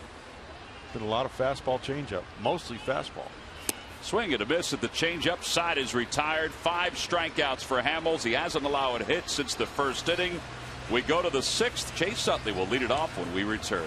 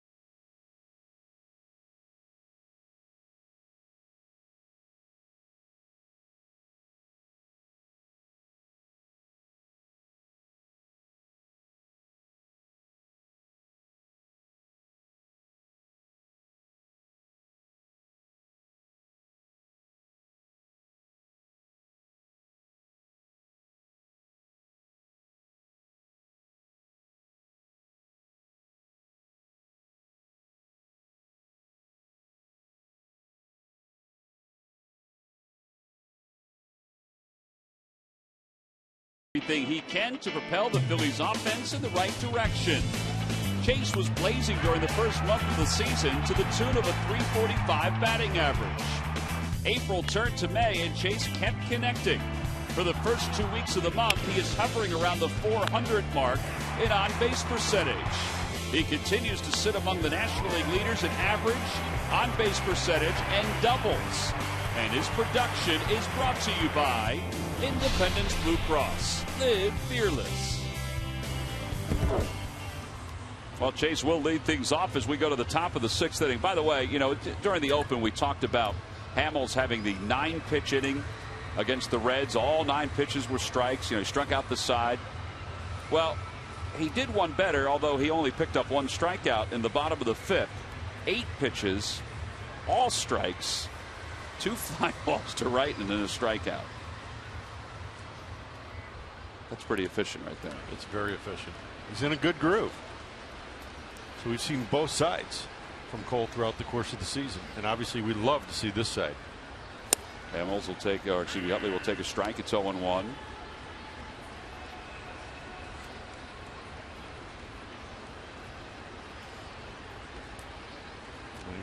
Kind of looks like he's sitting in a rocking chair out there pitching, huh? Yeah. Yeah, it's what we've grown accustomed to when he's really in his good groove. That one's to the right side, off the glove of Baker. Utley hustling to first. He's safe. It's going to be really hard if you drop the ball or kick the ball as an infielder to recover to get Chase Utley coming out of the box.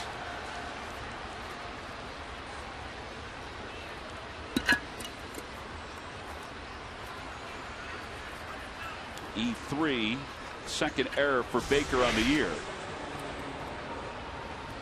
It looks a fairly routine play. He chooses to go to the backhand. Looks like it gets caught up in the palm of his glove. Chase hustling down the line makes it even a more difficult play. And I'm sure Baker knows that he's got to get to the ball. But it is a routine play. But once it leaves his glove, he knows he's got to quickly get to it. All right, now Ryan Howard is up. No score here in the top of the 6th inning. The Phillies with a base runner, and they've had base runners today, including Howard.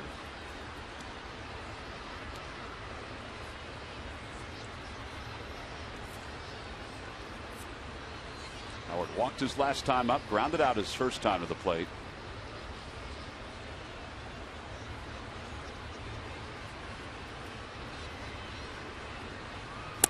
Inside, 2-0. When you look at how both of these pitchers, Henderson and Cole, have pitched, they have really stayed out of the middle of the plate today, and that's why they've both been very effective. In kind of different ways too, different styles. Yep. Ground ball back to the mound. That could be 2. There's 1, and there's 2. 1-6-3, 2 away here in the 6th. Now the Toyota Major League scoreboard. The Rangers and the Tigers playing some day baseball in Detroit. Tigers have lost 3 straight, and they trail that one 4-0 in the top of the 3rd.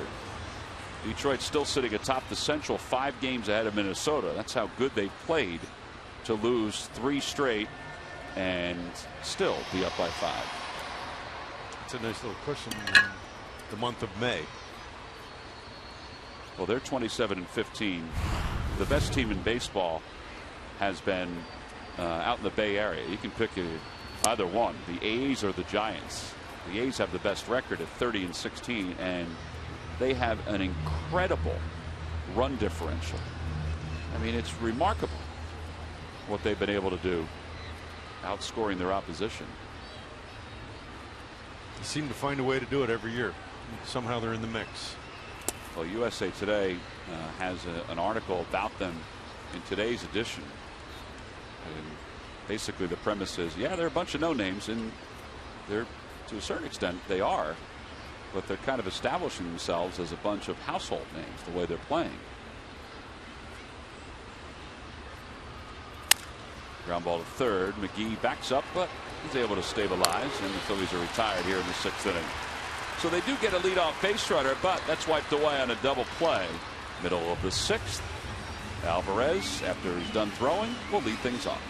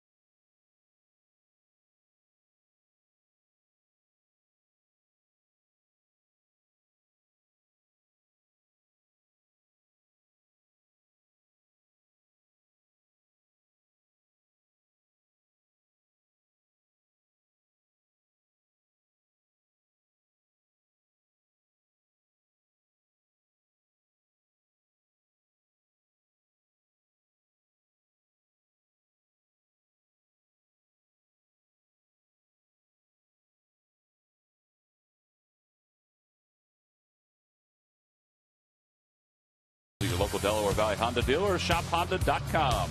Buy McDonald's. Any size hot or iced coffee is just $1. McDonald's, I'm loving it. And buy AT&T, mobilizing your world. Well, Jamie, Matt will be back in the booth for the next few days. Are you going to stay down here and go to the beach? No, I don't think so. I'm going to come back to Philly and hang out. Hanging out in the city of brotherly love. It does look like a pretty good place to be, though. Out on the beach here in South Florida. And yeah, it's not hot yet, so I'm sure it's very pleasant on the beach right now.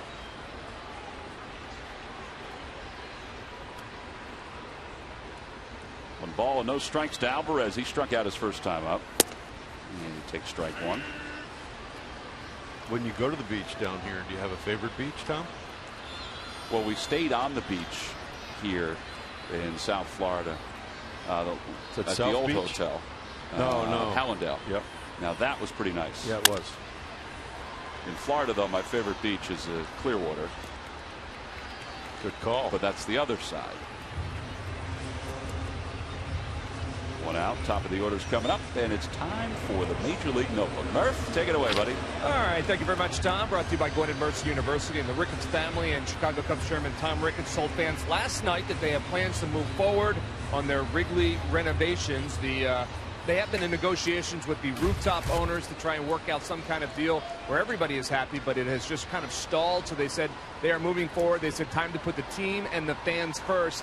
We're hoping to put in some new video boards out in the outfield, some new light stanchions, and to redo the visitors clubhouse as well. So all of that obviously will take a lot of money. The Ricketts family is financing that, but they hope that the new signs out in the outfield will generate some much needed income for the Cubs. They believe that they're having a hard time competing, partly because they're not able to do that kind of thing that other teams are able to do with their ballparks to make some money. So that is their plan. They're hoping to move forward by the end of this season to get those renovations started, guys. Yeah, Murph, wasn't it a video that he sent out to the fans? Yeah. You know, and the interesting thing is, you know, without knowing all of the details, they seem to have been very patient with everything, you know, with their ideas, and they do not want to raise Wrigley Field. They recognize, kind of like the folks at Fenway did, that it's an historical place. Yeah, they really are. It seems that they are trying to do everything they can to keep those sight lines available for the rooftop owners. However, you know, in order to do this, they're probably going to have some blocking, and you know, based on the stories you're reading, we're not there, but it does sound like the rooftop owners are really kind of holding them hostage. And at this point, they said they've got to move forward if they're going to make improvements to their team on the field. They need the money that will be generated by Wrigley Field. I don't know. Selfishly, I love going there. I know that, you know, that there are things that they would like to do to bring it up to the to this century. I still think it looks great, but I do understand that they want to try to provide as much revenue as possible. The Red Sox have done all they could really with Fenway. They put seats in certain spots. They put signage in certain spots. It'll be interesting because that story doesn't seem like it's going to die down in the near future. And I hear you on all of that, but I don't hear Oakland complaining about that revenue and putting money into a team. And that is true. You know, I'm not buying that. I'm not buying that completely. And in Oakland, they've talked for 20 years about either moving or getting a new stadium. They just seem to keep playing well. 1 ball and 1 strike to Lucas. Yeah, that's probably the next. Well, I don't even know if that's the next situation that baseball has to deal with, is the stadium issue in Oakland. That's probably even ahead of Wrigley at this point. It's probably moved ahead of even Tampa as far as the stadium issue goes. 2 balls and 1 strike to Lucas. Lucas is 1 for 2. I'm not buying that. They need more money to compete. You just need more money? Yeah, I mean, you've got scouting, you've got development, you've got minor leagues. Develop the kids there and bring them up. Do it the old-fashioned way. To be fair, you know, Ricketts did come out and say, we're not saying the reason we're not competing is because of Wrigley Field, but I guess his point is, you know, it certainly would help to be able to compete with other clubs that are doing it with the revenue from their ballpark. So that one is fought off down the left field line. Brown's not going to be able to get that one. It's a 1-hop off the wall. And Lucas will pull in the second with a 2-out double. That's his second hit of the day, and it's the first hit for the Marlins since the first inning.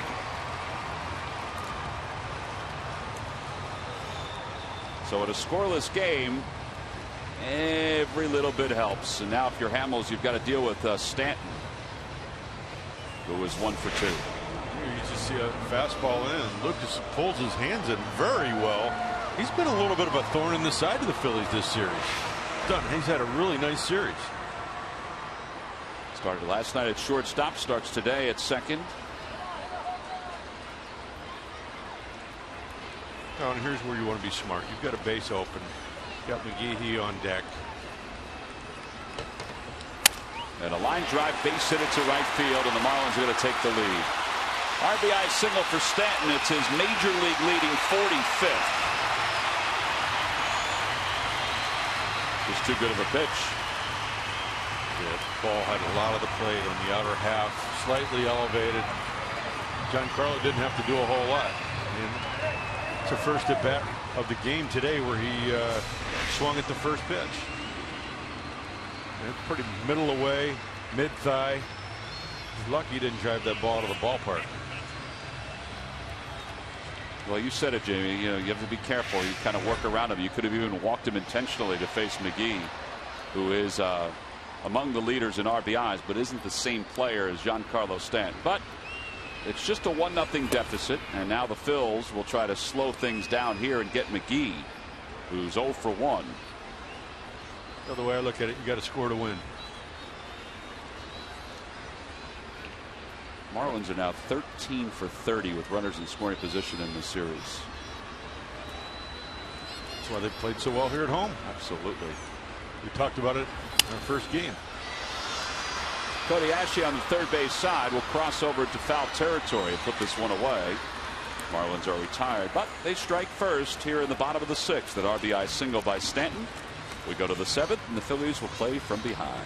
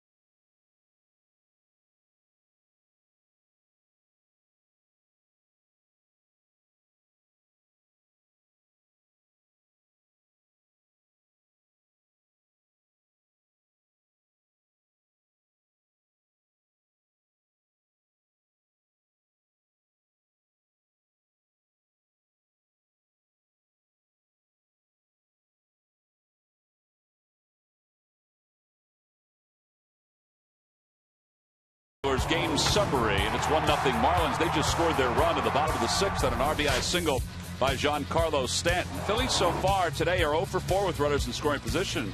Despite the fact that they won game 1, they're combined 5 for 27 in the series with runners in scoring position.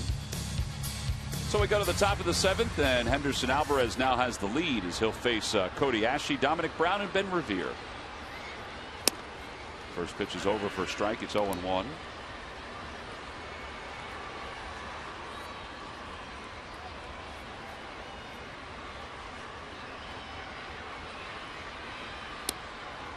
It's the first slow curve. I mean, really slow curve that does not drop in for a strike for Alvarez.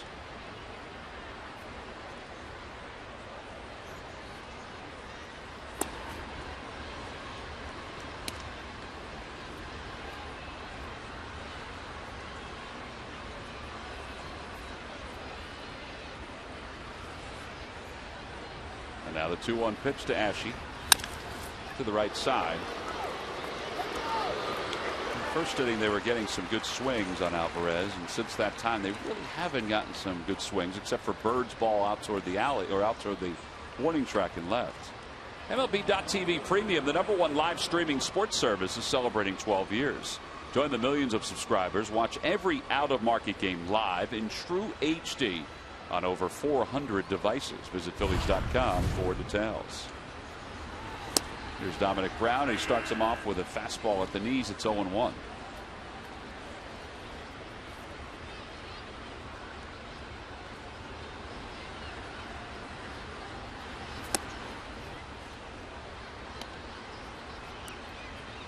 Of the 18 hitters that Henderson has faced today, 6 he started off with the first pitch changeup. I was about to say, I don't think he's thrown the same pitch, or I shouldn't say hasn't, but he hasn't done it often, thrown the same pitch back to back. He has with the changeup. That's it, right? Yep. He's doubled up with it. He hasn't tripled up with it.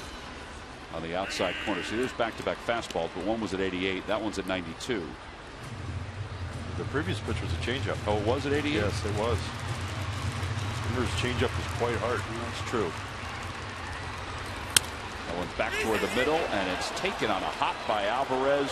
Oh, he throws wide to first, but Baker's able to pick it up and apply the tag, and there are 2 outs. So 2 away as Dominic Brown is retired. Once that ball was picked by Henderson Alvarez, Dominic Brown kind of kicked it back in gear, and the throw was wide. So this is why, and not because Dominic did it here, but this is why you have to run everything out as hard as possible. Well, and you see what he did. He caught the ball. He stood up and he kind of big leagued it and just flipped it over there. Yep. You're always taught to catch that ball and step and throw. Get some momentum going to where you're throwing the baseball. And get off the mound, really. You never know when it's going to happen. You never know when it's going to happen. Ben Revere to sort of accentuate it a little bit more. And Dominic's not alone in this at all, but it's accentuated even more in a 1-0 game when you look at the base runners.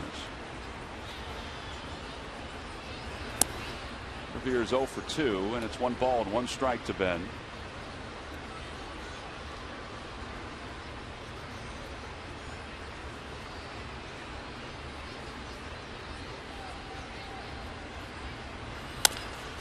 Another easy inning for Alvarez, and the Phillies are retired on. Oh, no, not an easy inning.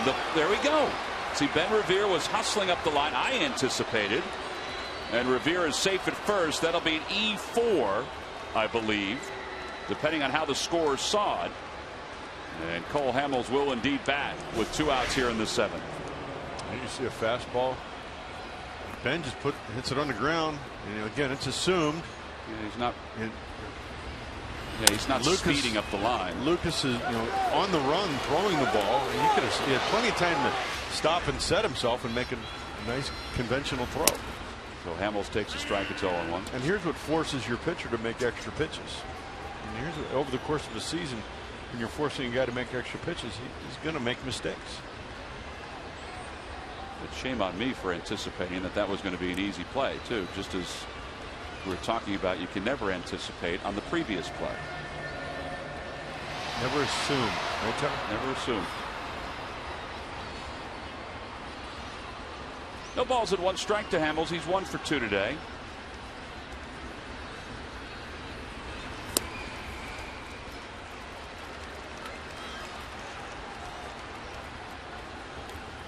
You used to tell me that in Little League when you coached my team.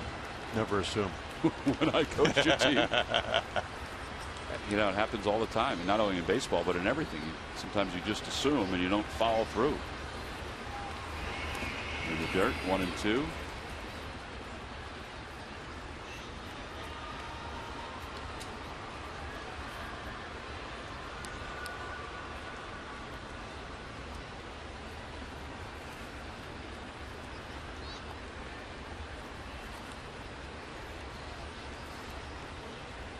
Revere goes. Pitch is swung out and missed, and the side is retired. So for the Phillies, no runs, no hits. There was 1 man left because there was 1 error by the Marlins. They've committed 2 so far. It's time to stretch here at Marlins Park.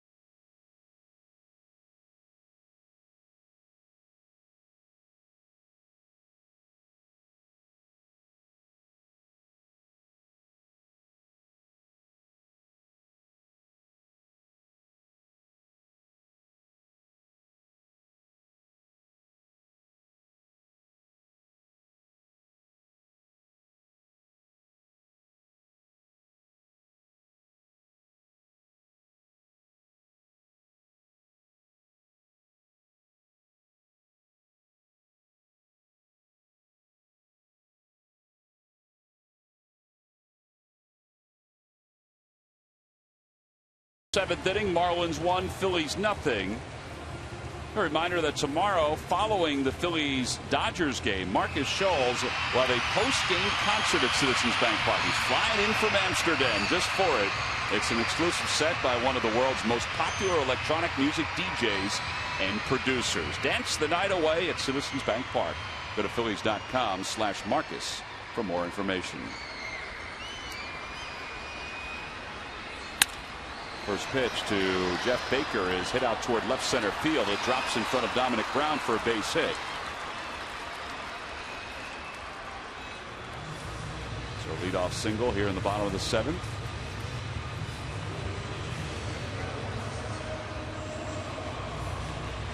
And that'll bring Marcell Ozuna to the plate.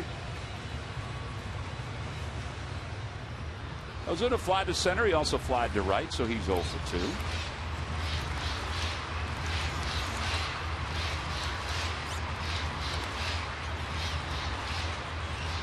Hamels has thrown only 79 pitches. I'm sure there was some talk about putting a pinch hitter up for him because you don't have any offense going at all, but at that point he only thrown 78. He was in total control aside from the 1 run that scored. No balls and 1 strike to Ozuna.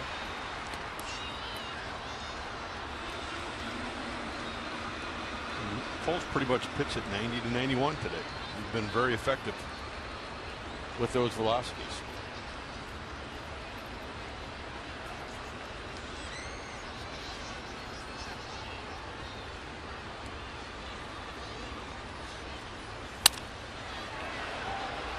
Oh, nice play by the ball boy on 1 hop.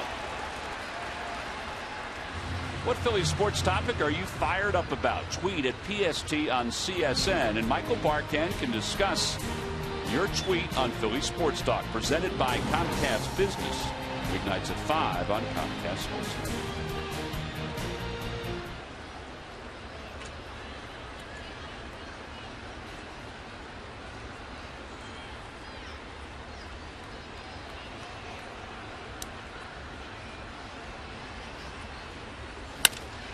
Fly ball to left field. That's pretty well hit. Brown going back. Warning track wall, and it is gone. Off the back wall here at Marlins Park, and the Marlins are now up 3-0. Second home run of the series for Ozuna.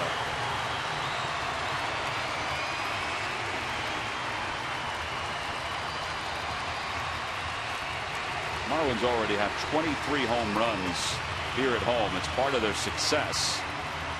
They are 13 away from their home total of a year ago.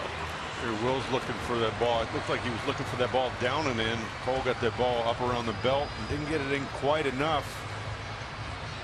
And Ozuna got the barrel of the bat to it, and you can see right there where he made contact. He hit the sweet part of the bat and drove it off the back wall. Over top the Clevelander. It's 8 home runs now for Ozuna.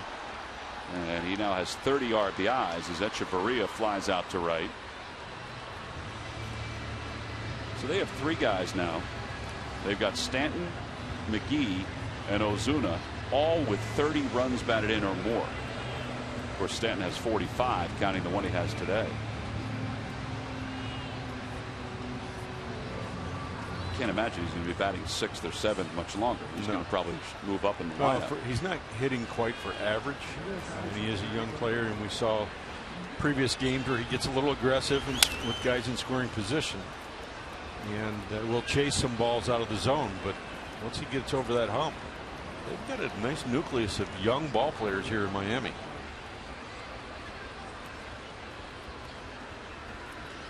Oh, 0-1 to Mathis, who has struck out twice today.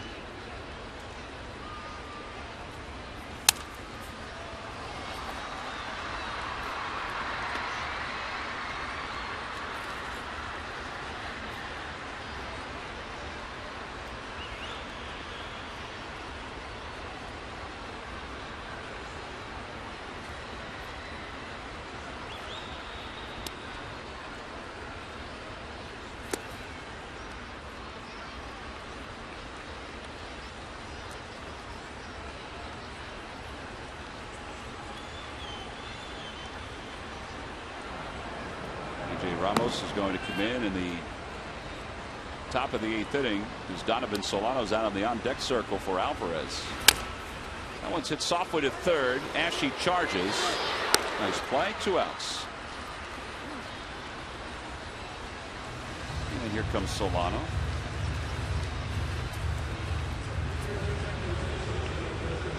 Donovan Solano, who we thought would start today because he does have decent numbers against Tamils for his career.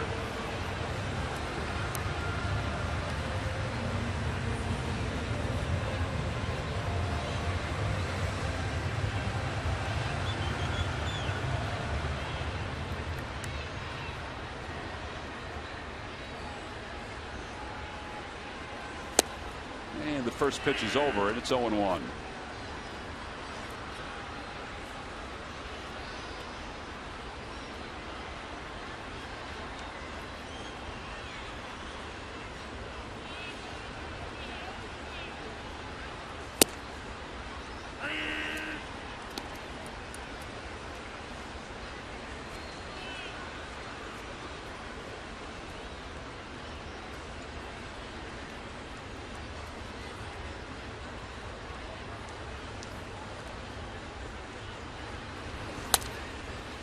Play, and it remains no balls and 2 strikes.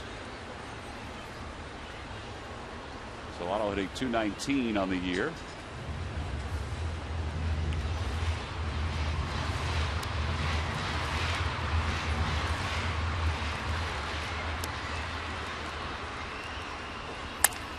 Over to third again. Ashe deep behind the bag, flips it to first, and the side is retired. But the Marlins do tack on a couple more and a 2-run home run by Marcell Ozuna. We go to the 8th, top of the order, due up for the Phils.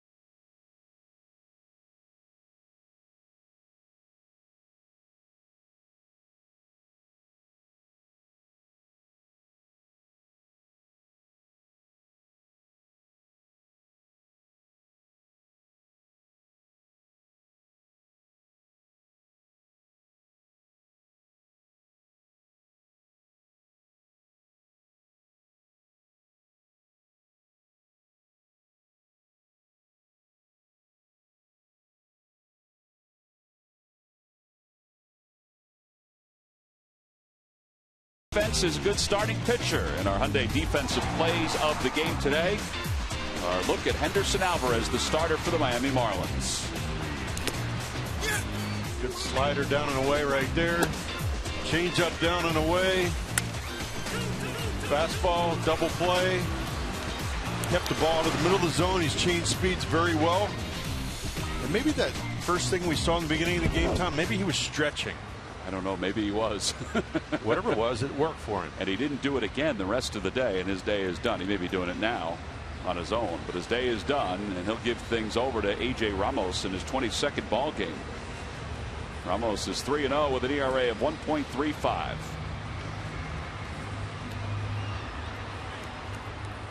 And he will face Jimmy Rollins to start things off here in the top of the 8th inning.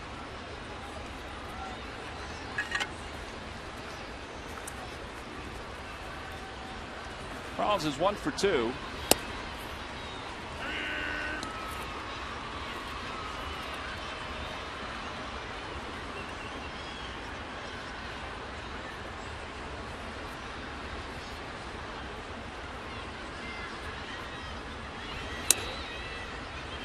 And it's quickly no balls and 2 strikes. Or excuse me, 1 ball. Yeah, no balls and 2 strikes.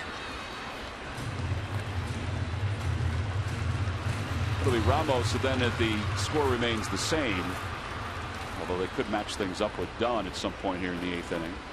But Cishek is the closer. Mike Redmond, time to time this year, has switched between Ramos and Dunn depending on who is up, and Dunn is up in the bullpen. It might be for Utley and Howard, who are due up 3 and 4 in this inning.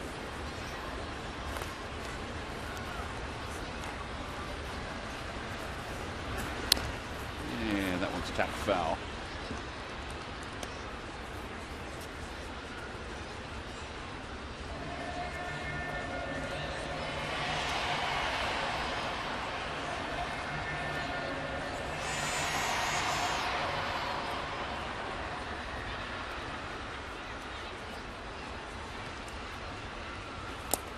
In the dirt, 2 balls and 2 strikes.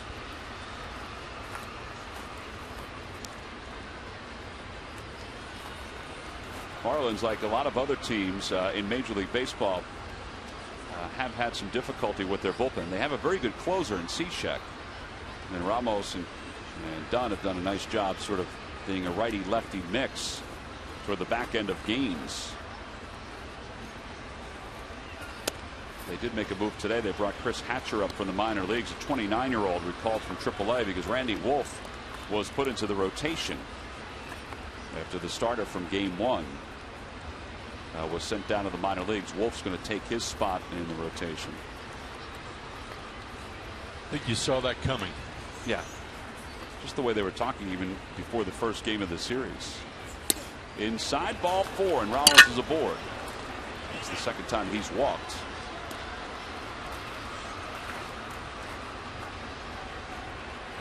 Phillies baseball is brought to you by Nissan. Get to your local Nissan store for the ride of your life. Plus bonus cash. Shop ChooseNissan.com. By Xfinity, your home for the most live sports. And by Chevrolet. Visit your local dealer at ChevyDealer.com. Well, the A-base is 1 for 3. Singled his first time up, struck out in the 3rd, and grounded out.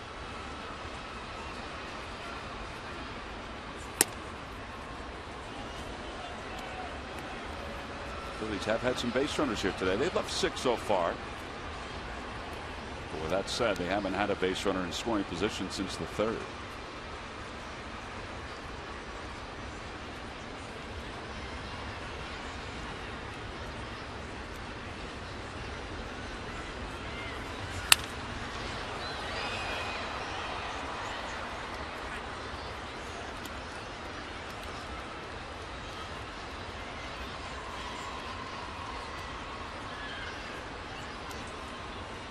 Will looks pretty quick inside. Anything that seems to come to the inner half or close to him, he's hacking at it. I don't remember him standing as far off the plate when I faced him or when we were teammates in Colorado.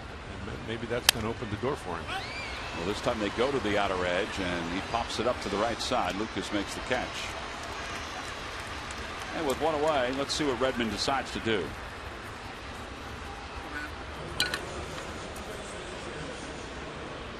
He waits for Utley to be announced. Not sure why. And now he comes out. Maybe he was giving Dunn a few extra throws in the bullpen. So they're going to go to the left-hander, it seems, here in the top of the 8th inning with 1 man down. And there's the signal to the pen. So Mike Redmond will bring in Mike Dunn to face Chase Utley and Ryan Howard. The Phillies trail at 3-0 here in the top of the 8th. We've got a pitching change.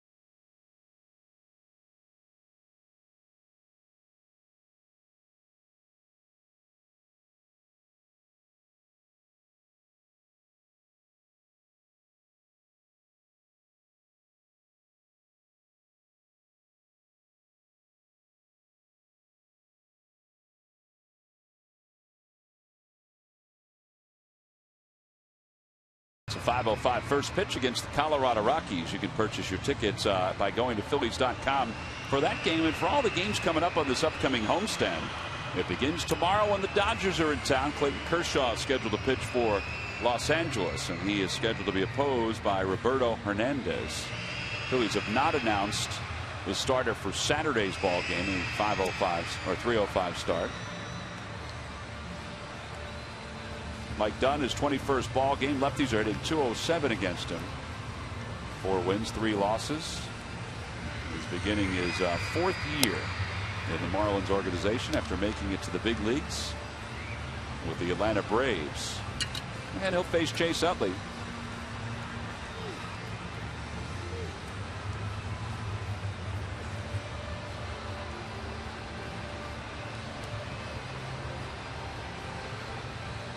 With Rollins over at first and 1 out. It'll be Utley, then Ryan Howard. Utley is 4 for 16 lifetime against Mike Dunn. He does have a home run.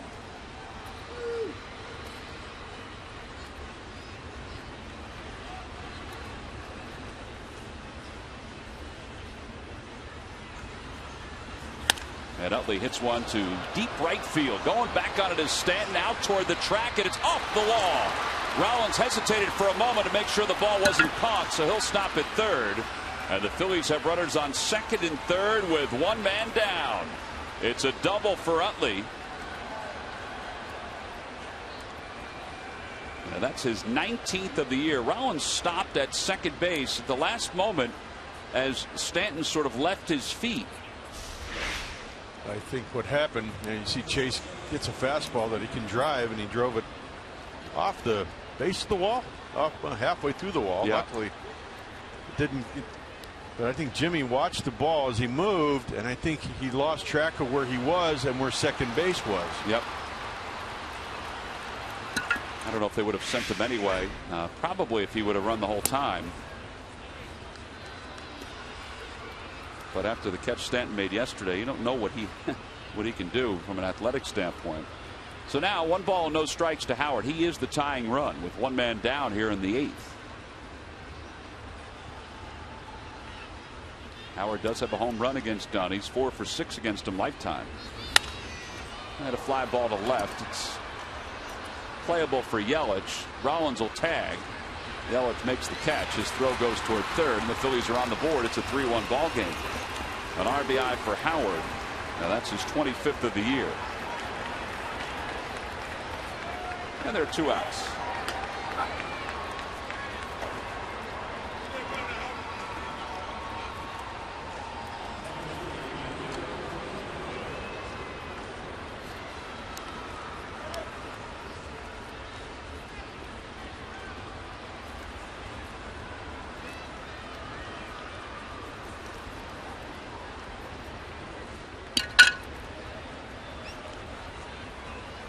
Marlon Byrd is 0 for 3.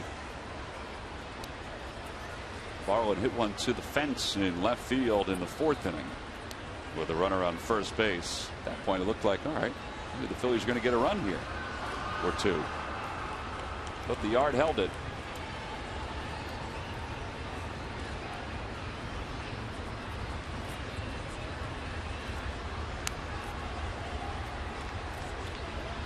Sure what Dunn's concerned about with Chase at second base. No idea. At this point you need to really focus on the hitter, get him out, and the runner at second base doesn't matter. It's good to know that they can distract him, I guess.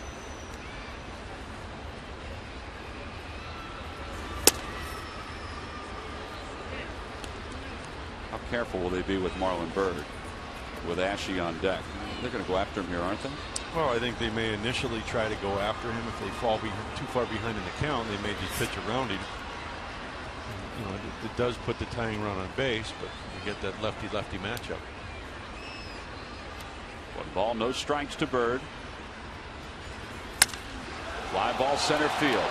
Ozuna going back. He has to spin around, and that one is gone into the bushes in center field. Marlon Byrd has just tied this ball game up. It's a 3-3 game here in the top of the 8th inning. Ballpark couldn't hold that one. It held one earlier for Marlon Byrd, but not that time. I guess that answers your question, huh?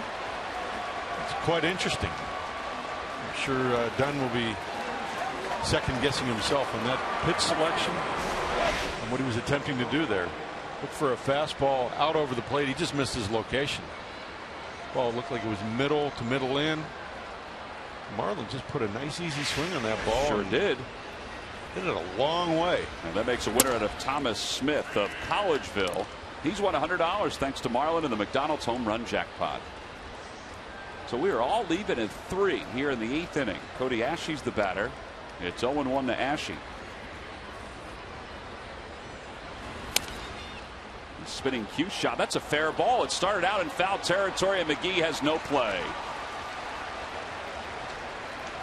Second infield hit of the series for Cody Ashe.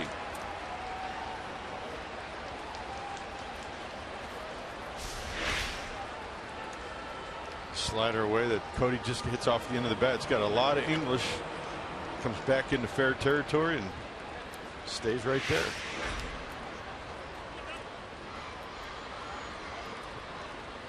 Dominic Brown has faced Dunn 8 other times. He's 4 for 8 against him.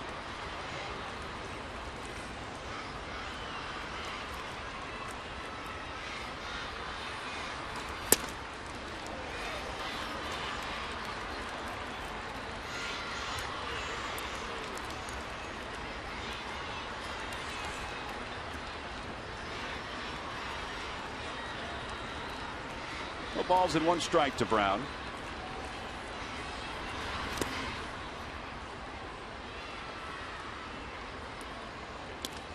They do have a right-hander warming up in the bullpen. The Marlins do.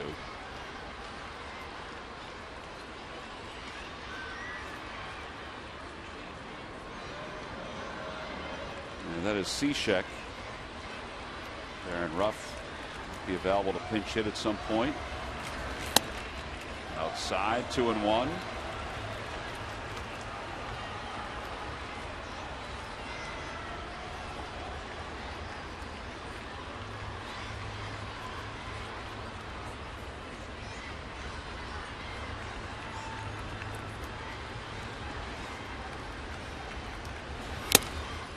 Balls and 2 strikes. You got Brown a lefty up here. You got Revere in the on deck circle lefty. Ryan Sandberg has John Mayberry and Darren Ruff available, both on the bench. At least for now, he decides to go with the lefty Dominic Brown against the lefty Mike Dunn. Maybe liking this matchup better than Cishek against his righties. Swing and a miss. Brown is struck out. The side is retired, but the Phillies draw even. A 2-run home run by Marlon Byrd to dead center field ties it up at 3. We'll go to the bottom of the 8th.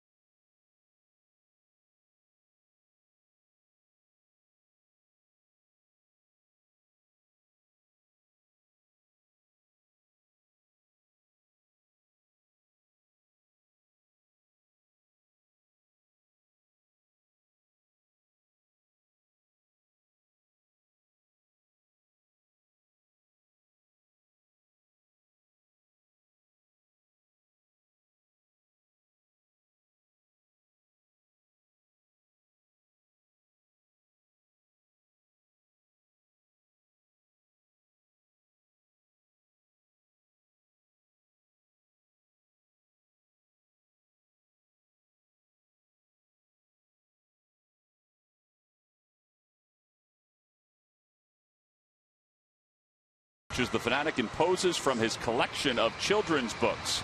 Released on the first of each month, each bauble is part of a limited edition run. Get yours before they're gone. Available exclusively at the Majestic Clubhouse store at Citizens Bank Park. Now, Marlon Byrd, a 2-run home run against Mike Dunn, has tied this ball game at 3 as we go to the bottom of the 8th inning. Marlon, we mentioned earlier, was kind of robbed of a home run because of the distance in this ballpark. Well, that one he decided to hit about 425 feet, if not more. There's no robbing there. Nope. So as you saw, Mike Adams will take over to face Mike Redmond's team here in the bottom of the 8th. Adams will face Christian Yelich, 0 for 3.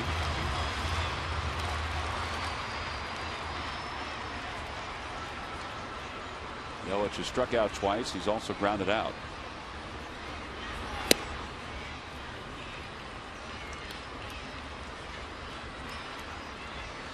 Phillies have Jake Diekman warming up in the bullpen.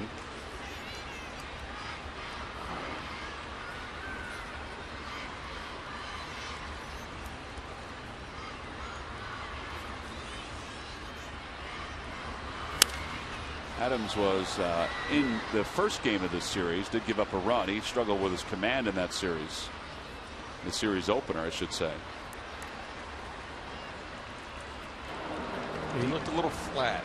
He looked flat. That's exactly right. Fastball was flat. Slider was flat. Wasn't sharp.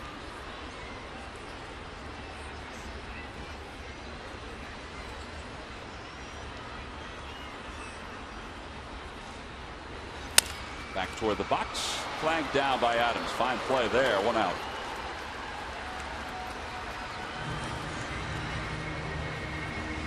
And that'll bring Ed Lucas to the plate.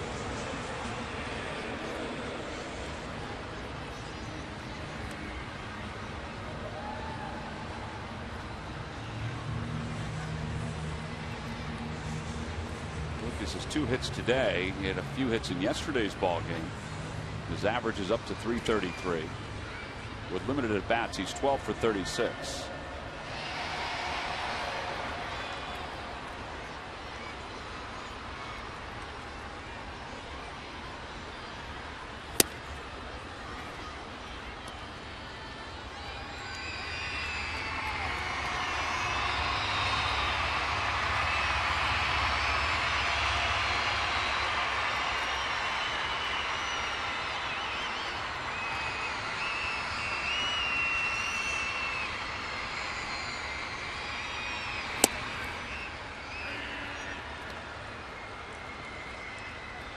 Pinching Lucas to right center field. He's got a really big gap from right center field over to left field where Dominic is. Gets a ball through that gap. Maybe a potential triple. His double went to left and it went to Dominic's right. His last time up. But there is a lot of real estate out there, right to the right of Dominic Brown. 2 balls and 1 strike to Lucas. Popped him up, and that'll be out of play. Every time the Phillies retire the opposing team 1-2-3, Comcast will make a contribution to Phillies charities. Cole Hamels did it 3 different times this afternoon. Phillies baseball is brought to you by Xfinity, your home for the most live sports.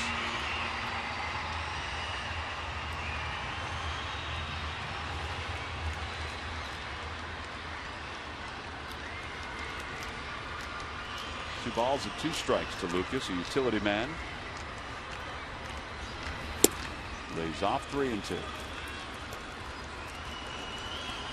Got a good eye, puts the ball in play, can play several positions.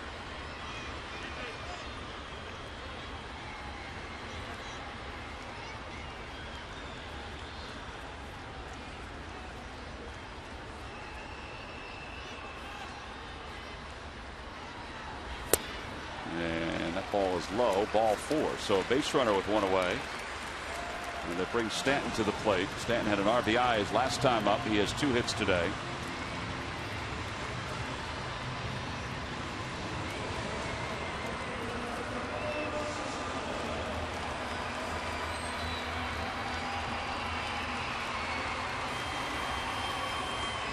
You got to hope that Adams' slider is not flat here. If he can throw some good ones, he can get Stanton out front. You're going to see some fastballs in right here. Hopefully running in.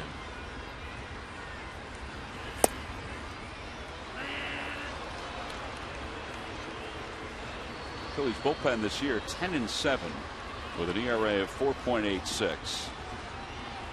Strangely though, that they have 122 2/3 innings, which is toward the bottom as far as work goes. There are 13 other teams, I should say 12 other teams, that have used their bullpen more than the Phillies this year. That's interesting. The first week or two, you wouldn't have thought that would be the case. I agree. They've kind of slipped down, which is a good thing. They've kind of slipped down the list. It means the starters are going deeper into games. Exactly. Today, Hamels won 7.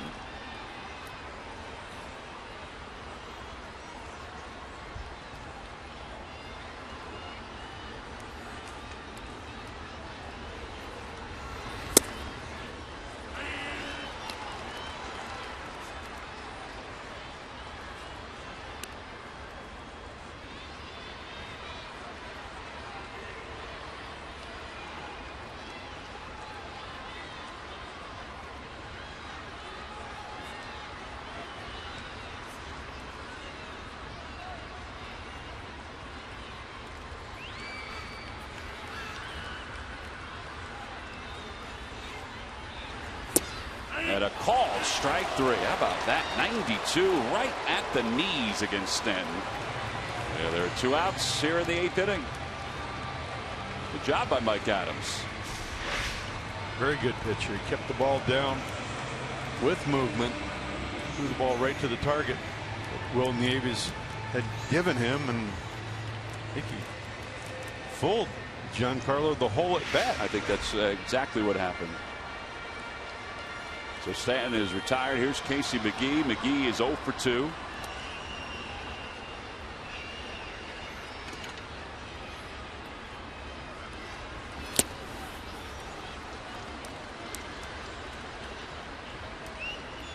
Adams kind of shook his head a little bit at that after he got the ball back. I wonder if he didn't like how that ball was up a little bit. McGee had a pretty good hack at that pitch.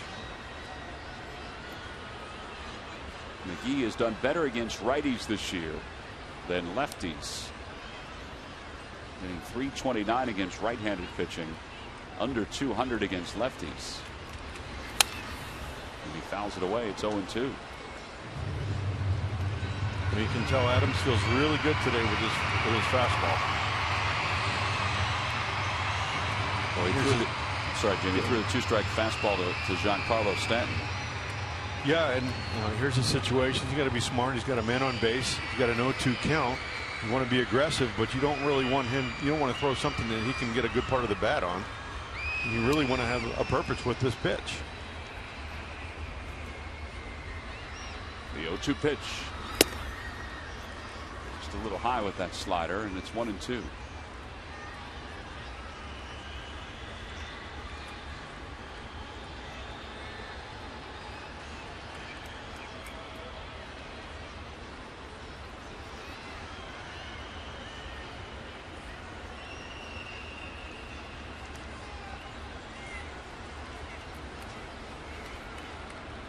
Runner goes.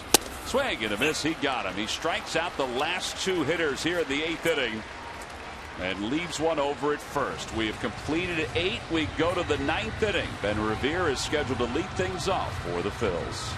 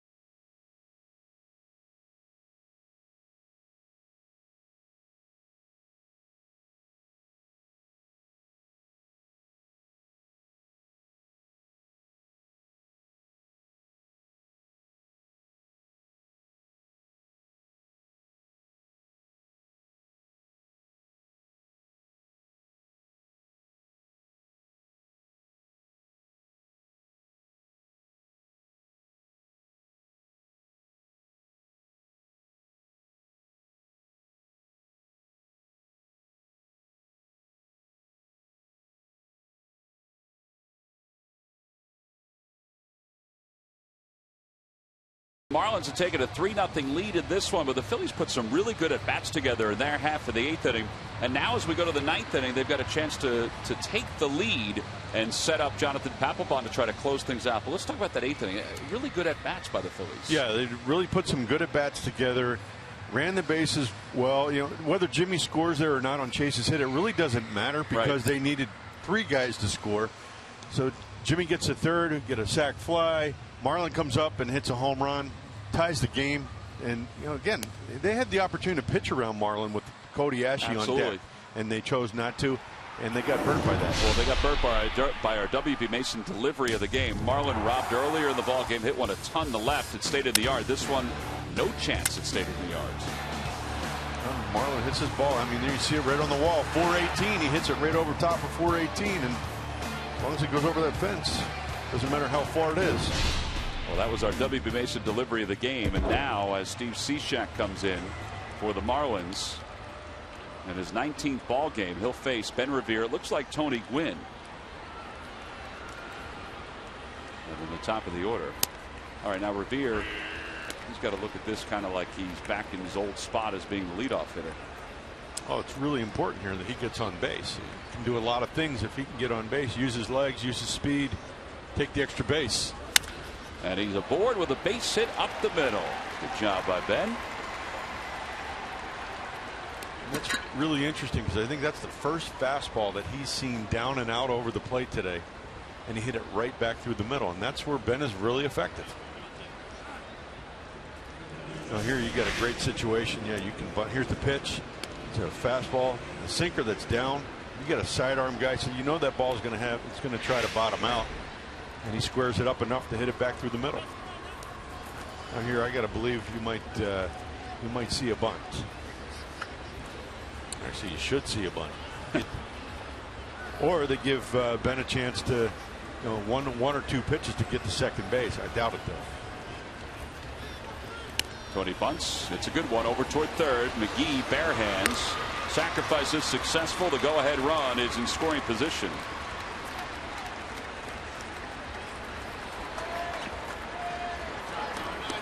So 5-3 on the put out.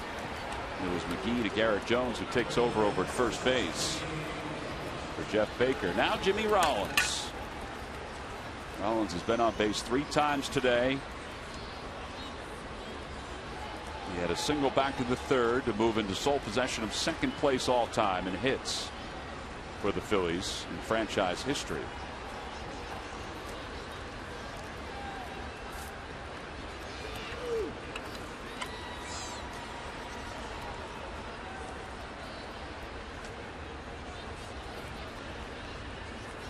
He walked his last 2 times up, scored in the 8th inning. Takes a breaking ball, and it's 0-1.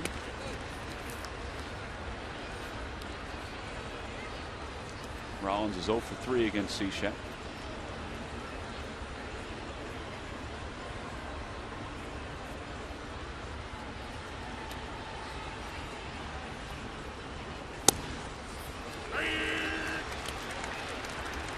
Another breaking ball. 2 pretty good pitches right there.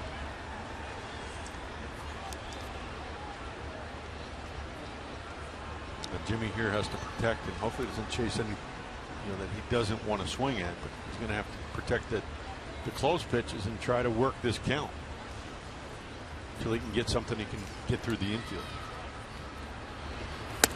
Tries to hold his swing. Did he go? Yes, says the third base umpire. No argument from Rollins. Carlson brings him up.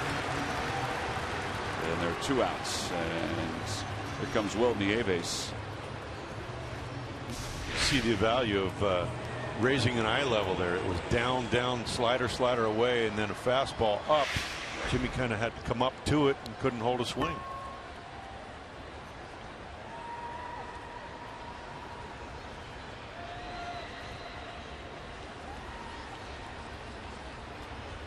Nieves is no official at bats against Cishek.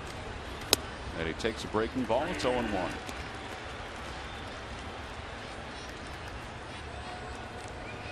Comes right at you. He's not wasting any time, and he's throwing strikes.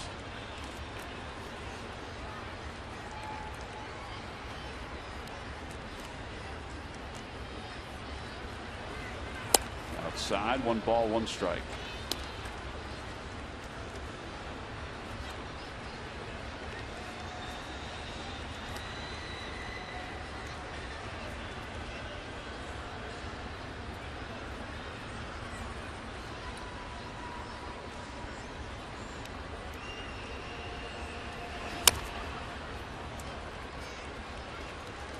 That pitch ran into the inside part of the plate. I don't think Cishek wanted it to go there. No, and it was down.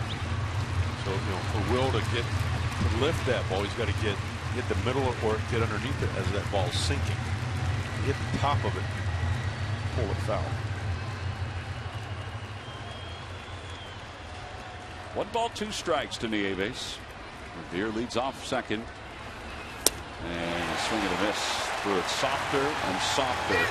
Back-to-back strikeouts by Cishek, and the Phils are retired here in the top of the 9th inning. No runs, 1 hit, 1 man left. We'll go to the bottom of the 9th inning, tied up at 3.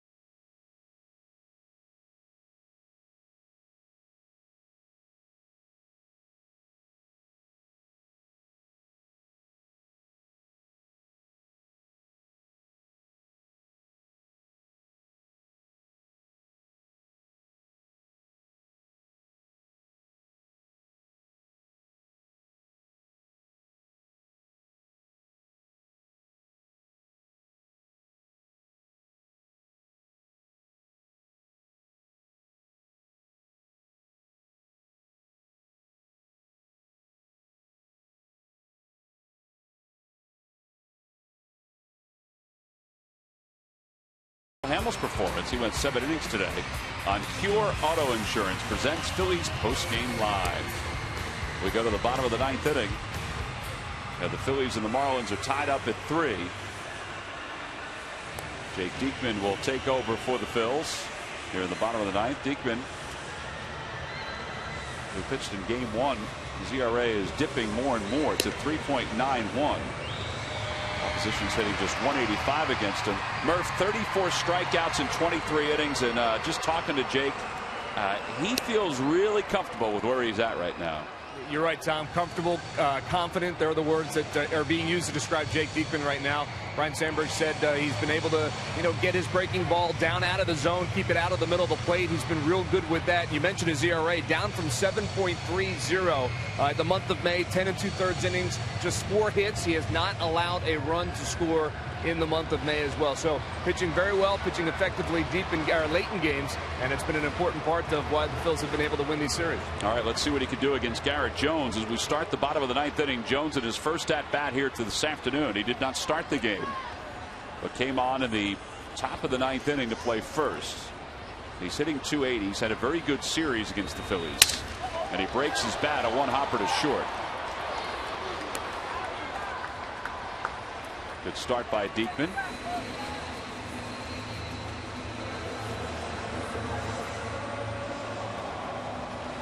I think Jake's starting to realize that he's got really, really good stuff. And if he just is able to command in the strike zone, he's going to have a lot of success. And it all starts with strike 1. That you saw right there. Oh, sawed him right on off. Ozuna hit a 2-run home run his last time up. That gave the Marlins a 3-0 lead.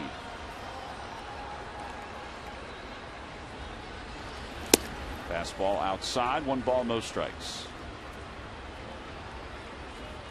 After Jake threw, I think it was 28 pitches in game 1 against the Marlins. The next day we were in the dugout with him and asked if he was ready to go. He said, "I'm ready." And he felt like he could throw if they needed him to yesterday. There was a point they needed somebody to throw just to try to get an out. in the 8th inning. But that wasn't going to be Diekman. It was going to be Reed Brignac. He was going to be the next pitcher for the Phils last night if Garcia didn't get that last out. From what I've seen from Jake, he's not going to shy away from taking the ball. Inside.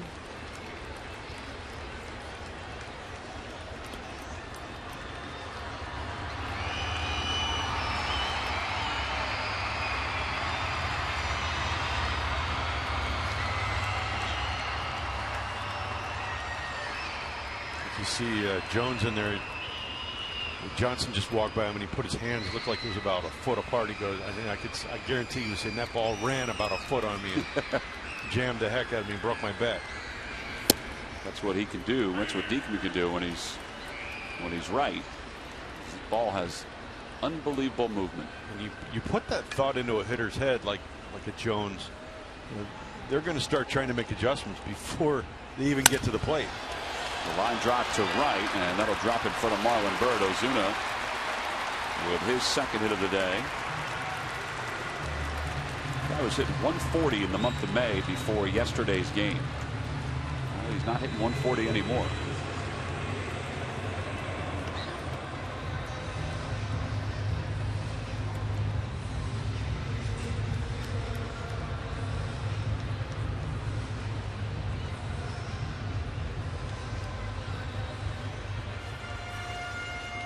Echeverria is 0 for 3. He's flied out to right twice, and he's grounded one softly to Howard over at first.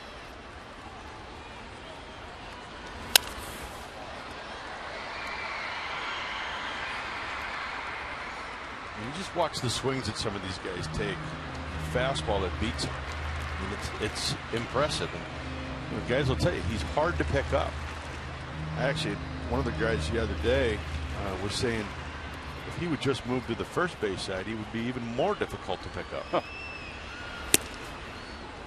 Probably won't do that now, right? No, I don't think now would be a good time to do it. And I don't, for as much as he throws across his body, I'm not sure what kind of command he would have on the ball down and in to the right-handed hitter.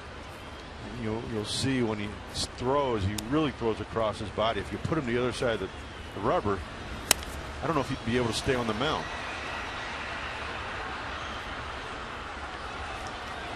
I think in moving over to the first base side of the rubber, the angle that he would create versus a lefty would give you the illusion that the ball's coming from behind you to cross the plate.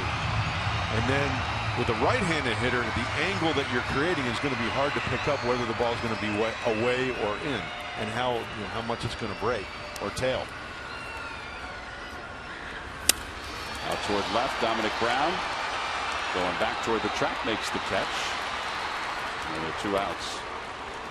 Now you talk about that. There have been pitchers that have done that before, have that sort of ability to look like they're coming from the dugout, but not at 97, 98, 99. No.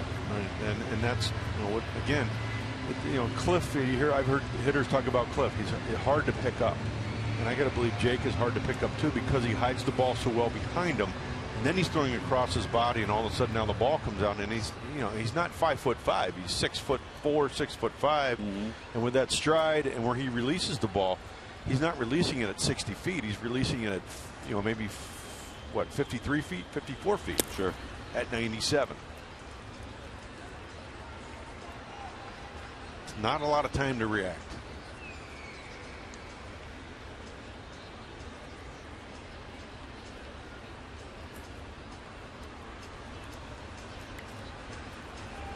Surprised how far Echeverria just hit that ball. He hit that ball one-handed and hit it to the track. Kind of let Diekman provide the pop. It's amazing. Over toward the hole. That'll sneak into left to base hit. So Reed Johnson will come up with the winning run at second base and 2 men down here in the bottom of the 9th inning. Mathis with his first hit of the day. Now Ozuna does have good speed at second base, so the outfielders are going to need to shorten up a little bit. Bob McClure is going to come out and give Diekman a scouting report on Reed Johnson.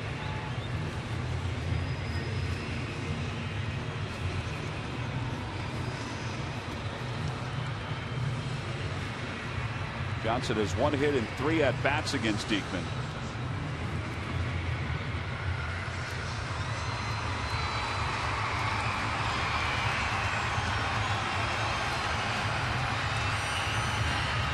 Two men down. That's the guy that matters right there. He's at second. That's Marcell Ozuna.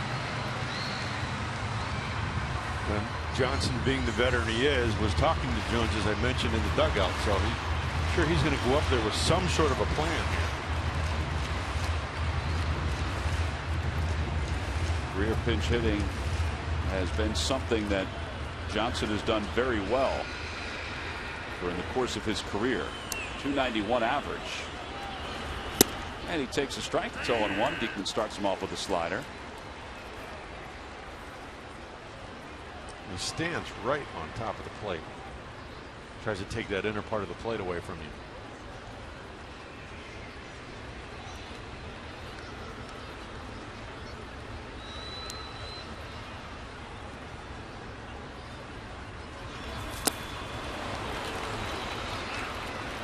They had a plan, and their plan was slider and then a better slider. That was a really good slider below the zone.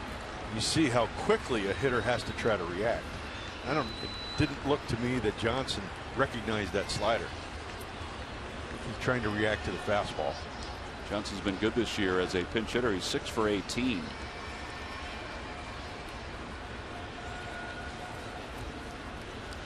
Well, 0-2, you don't want to get too cute here. I'm thinking elevate him a good high fastball. And I mean, it's got to be high. I'm not talking belt. I'm talking at the letters and above. The 0-2 pitch. Another slider, and it's 1-2. It looked like Will wanted that ball in, and Jake left it away, but fortunately it was down out of the zone. Remember in April, that's where his problems were throwing sliders. So Will jumped inside. Jake left it down. Fortunately, it was down that Johnson didn't want to hack at it.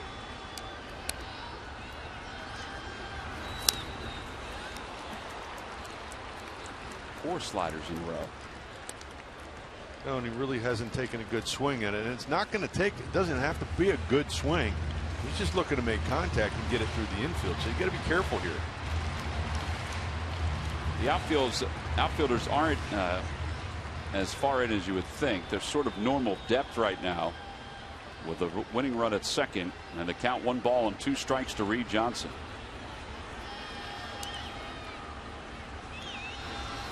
And a tapper left of the mound. That'll be a tough play. Bobbled by Diekman, picked up by Ashe, and the bases are now loaded. I would think they'll score that a base hit. And they do. So the bases are now loaded for Yelich. You've got lefty on lefty. Here you see Jake ties him up with a fastball. It's one of those that had top spin, and I think looked like Jake wanted to throw it before he caught it. Because he needed to get rid of it quickly. Yep. All right, so now you have Yelich up with the bases loaded. So there's a little more pressure on Nieves with the stuff that Diekman has, particularly the slider. And Yelich hasn't really had a particularly good day today, but one swing in the bat could make him a hero. He hits the ball to all fields. 15 to left, 17 to center, 12 to right. And he takes on the outside corner. It's 0-1. It's a good first pitch slider right there. It's not a whole lot that Yelich can do with that.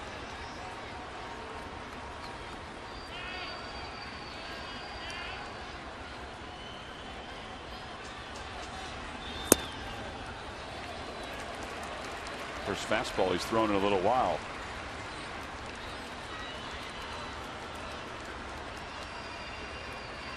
Yelich actually has a better batting average against lefties than righties. He's hitting .349 against lefties.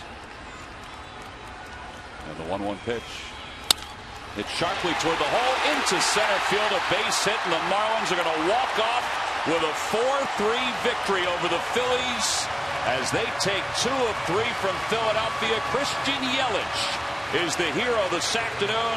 A bases loaded single to left center field.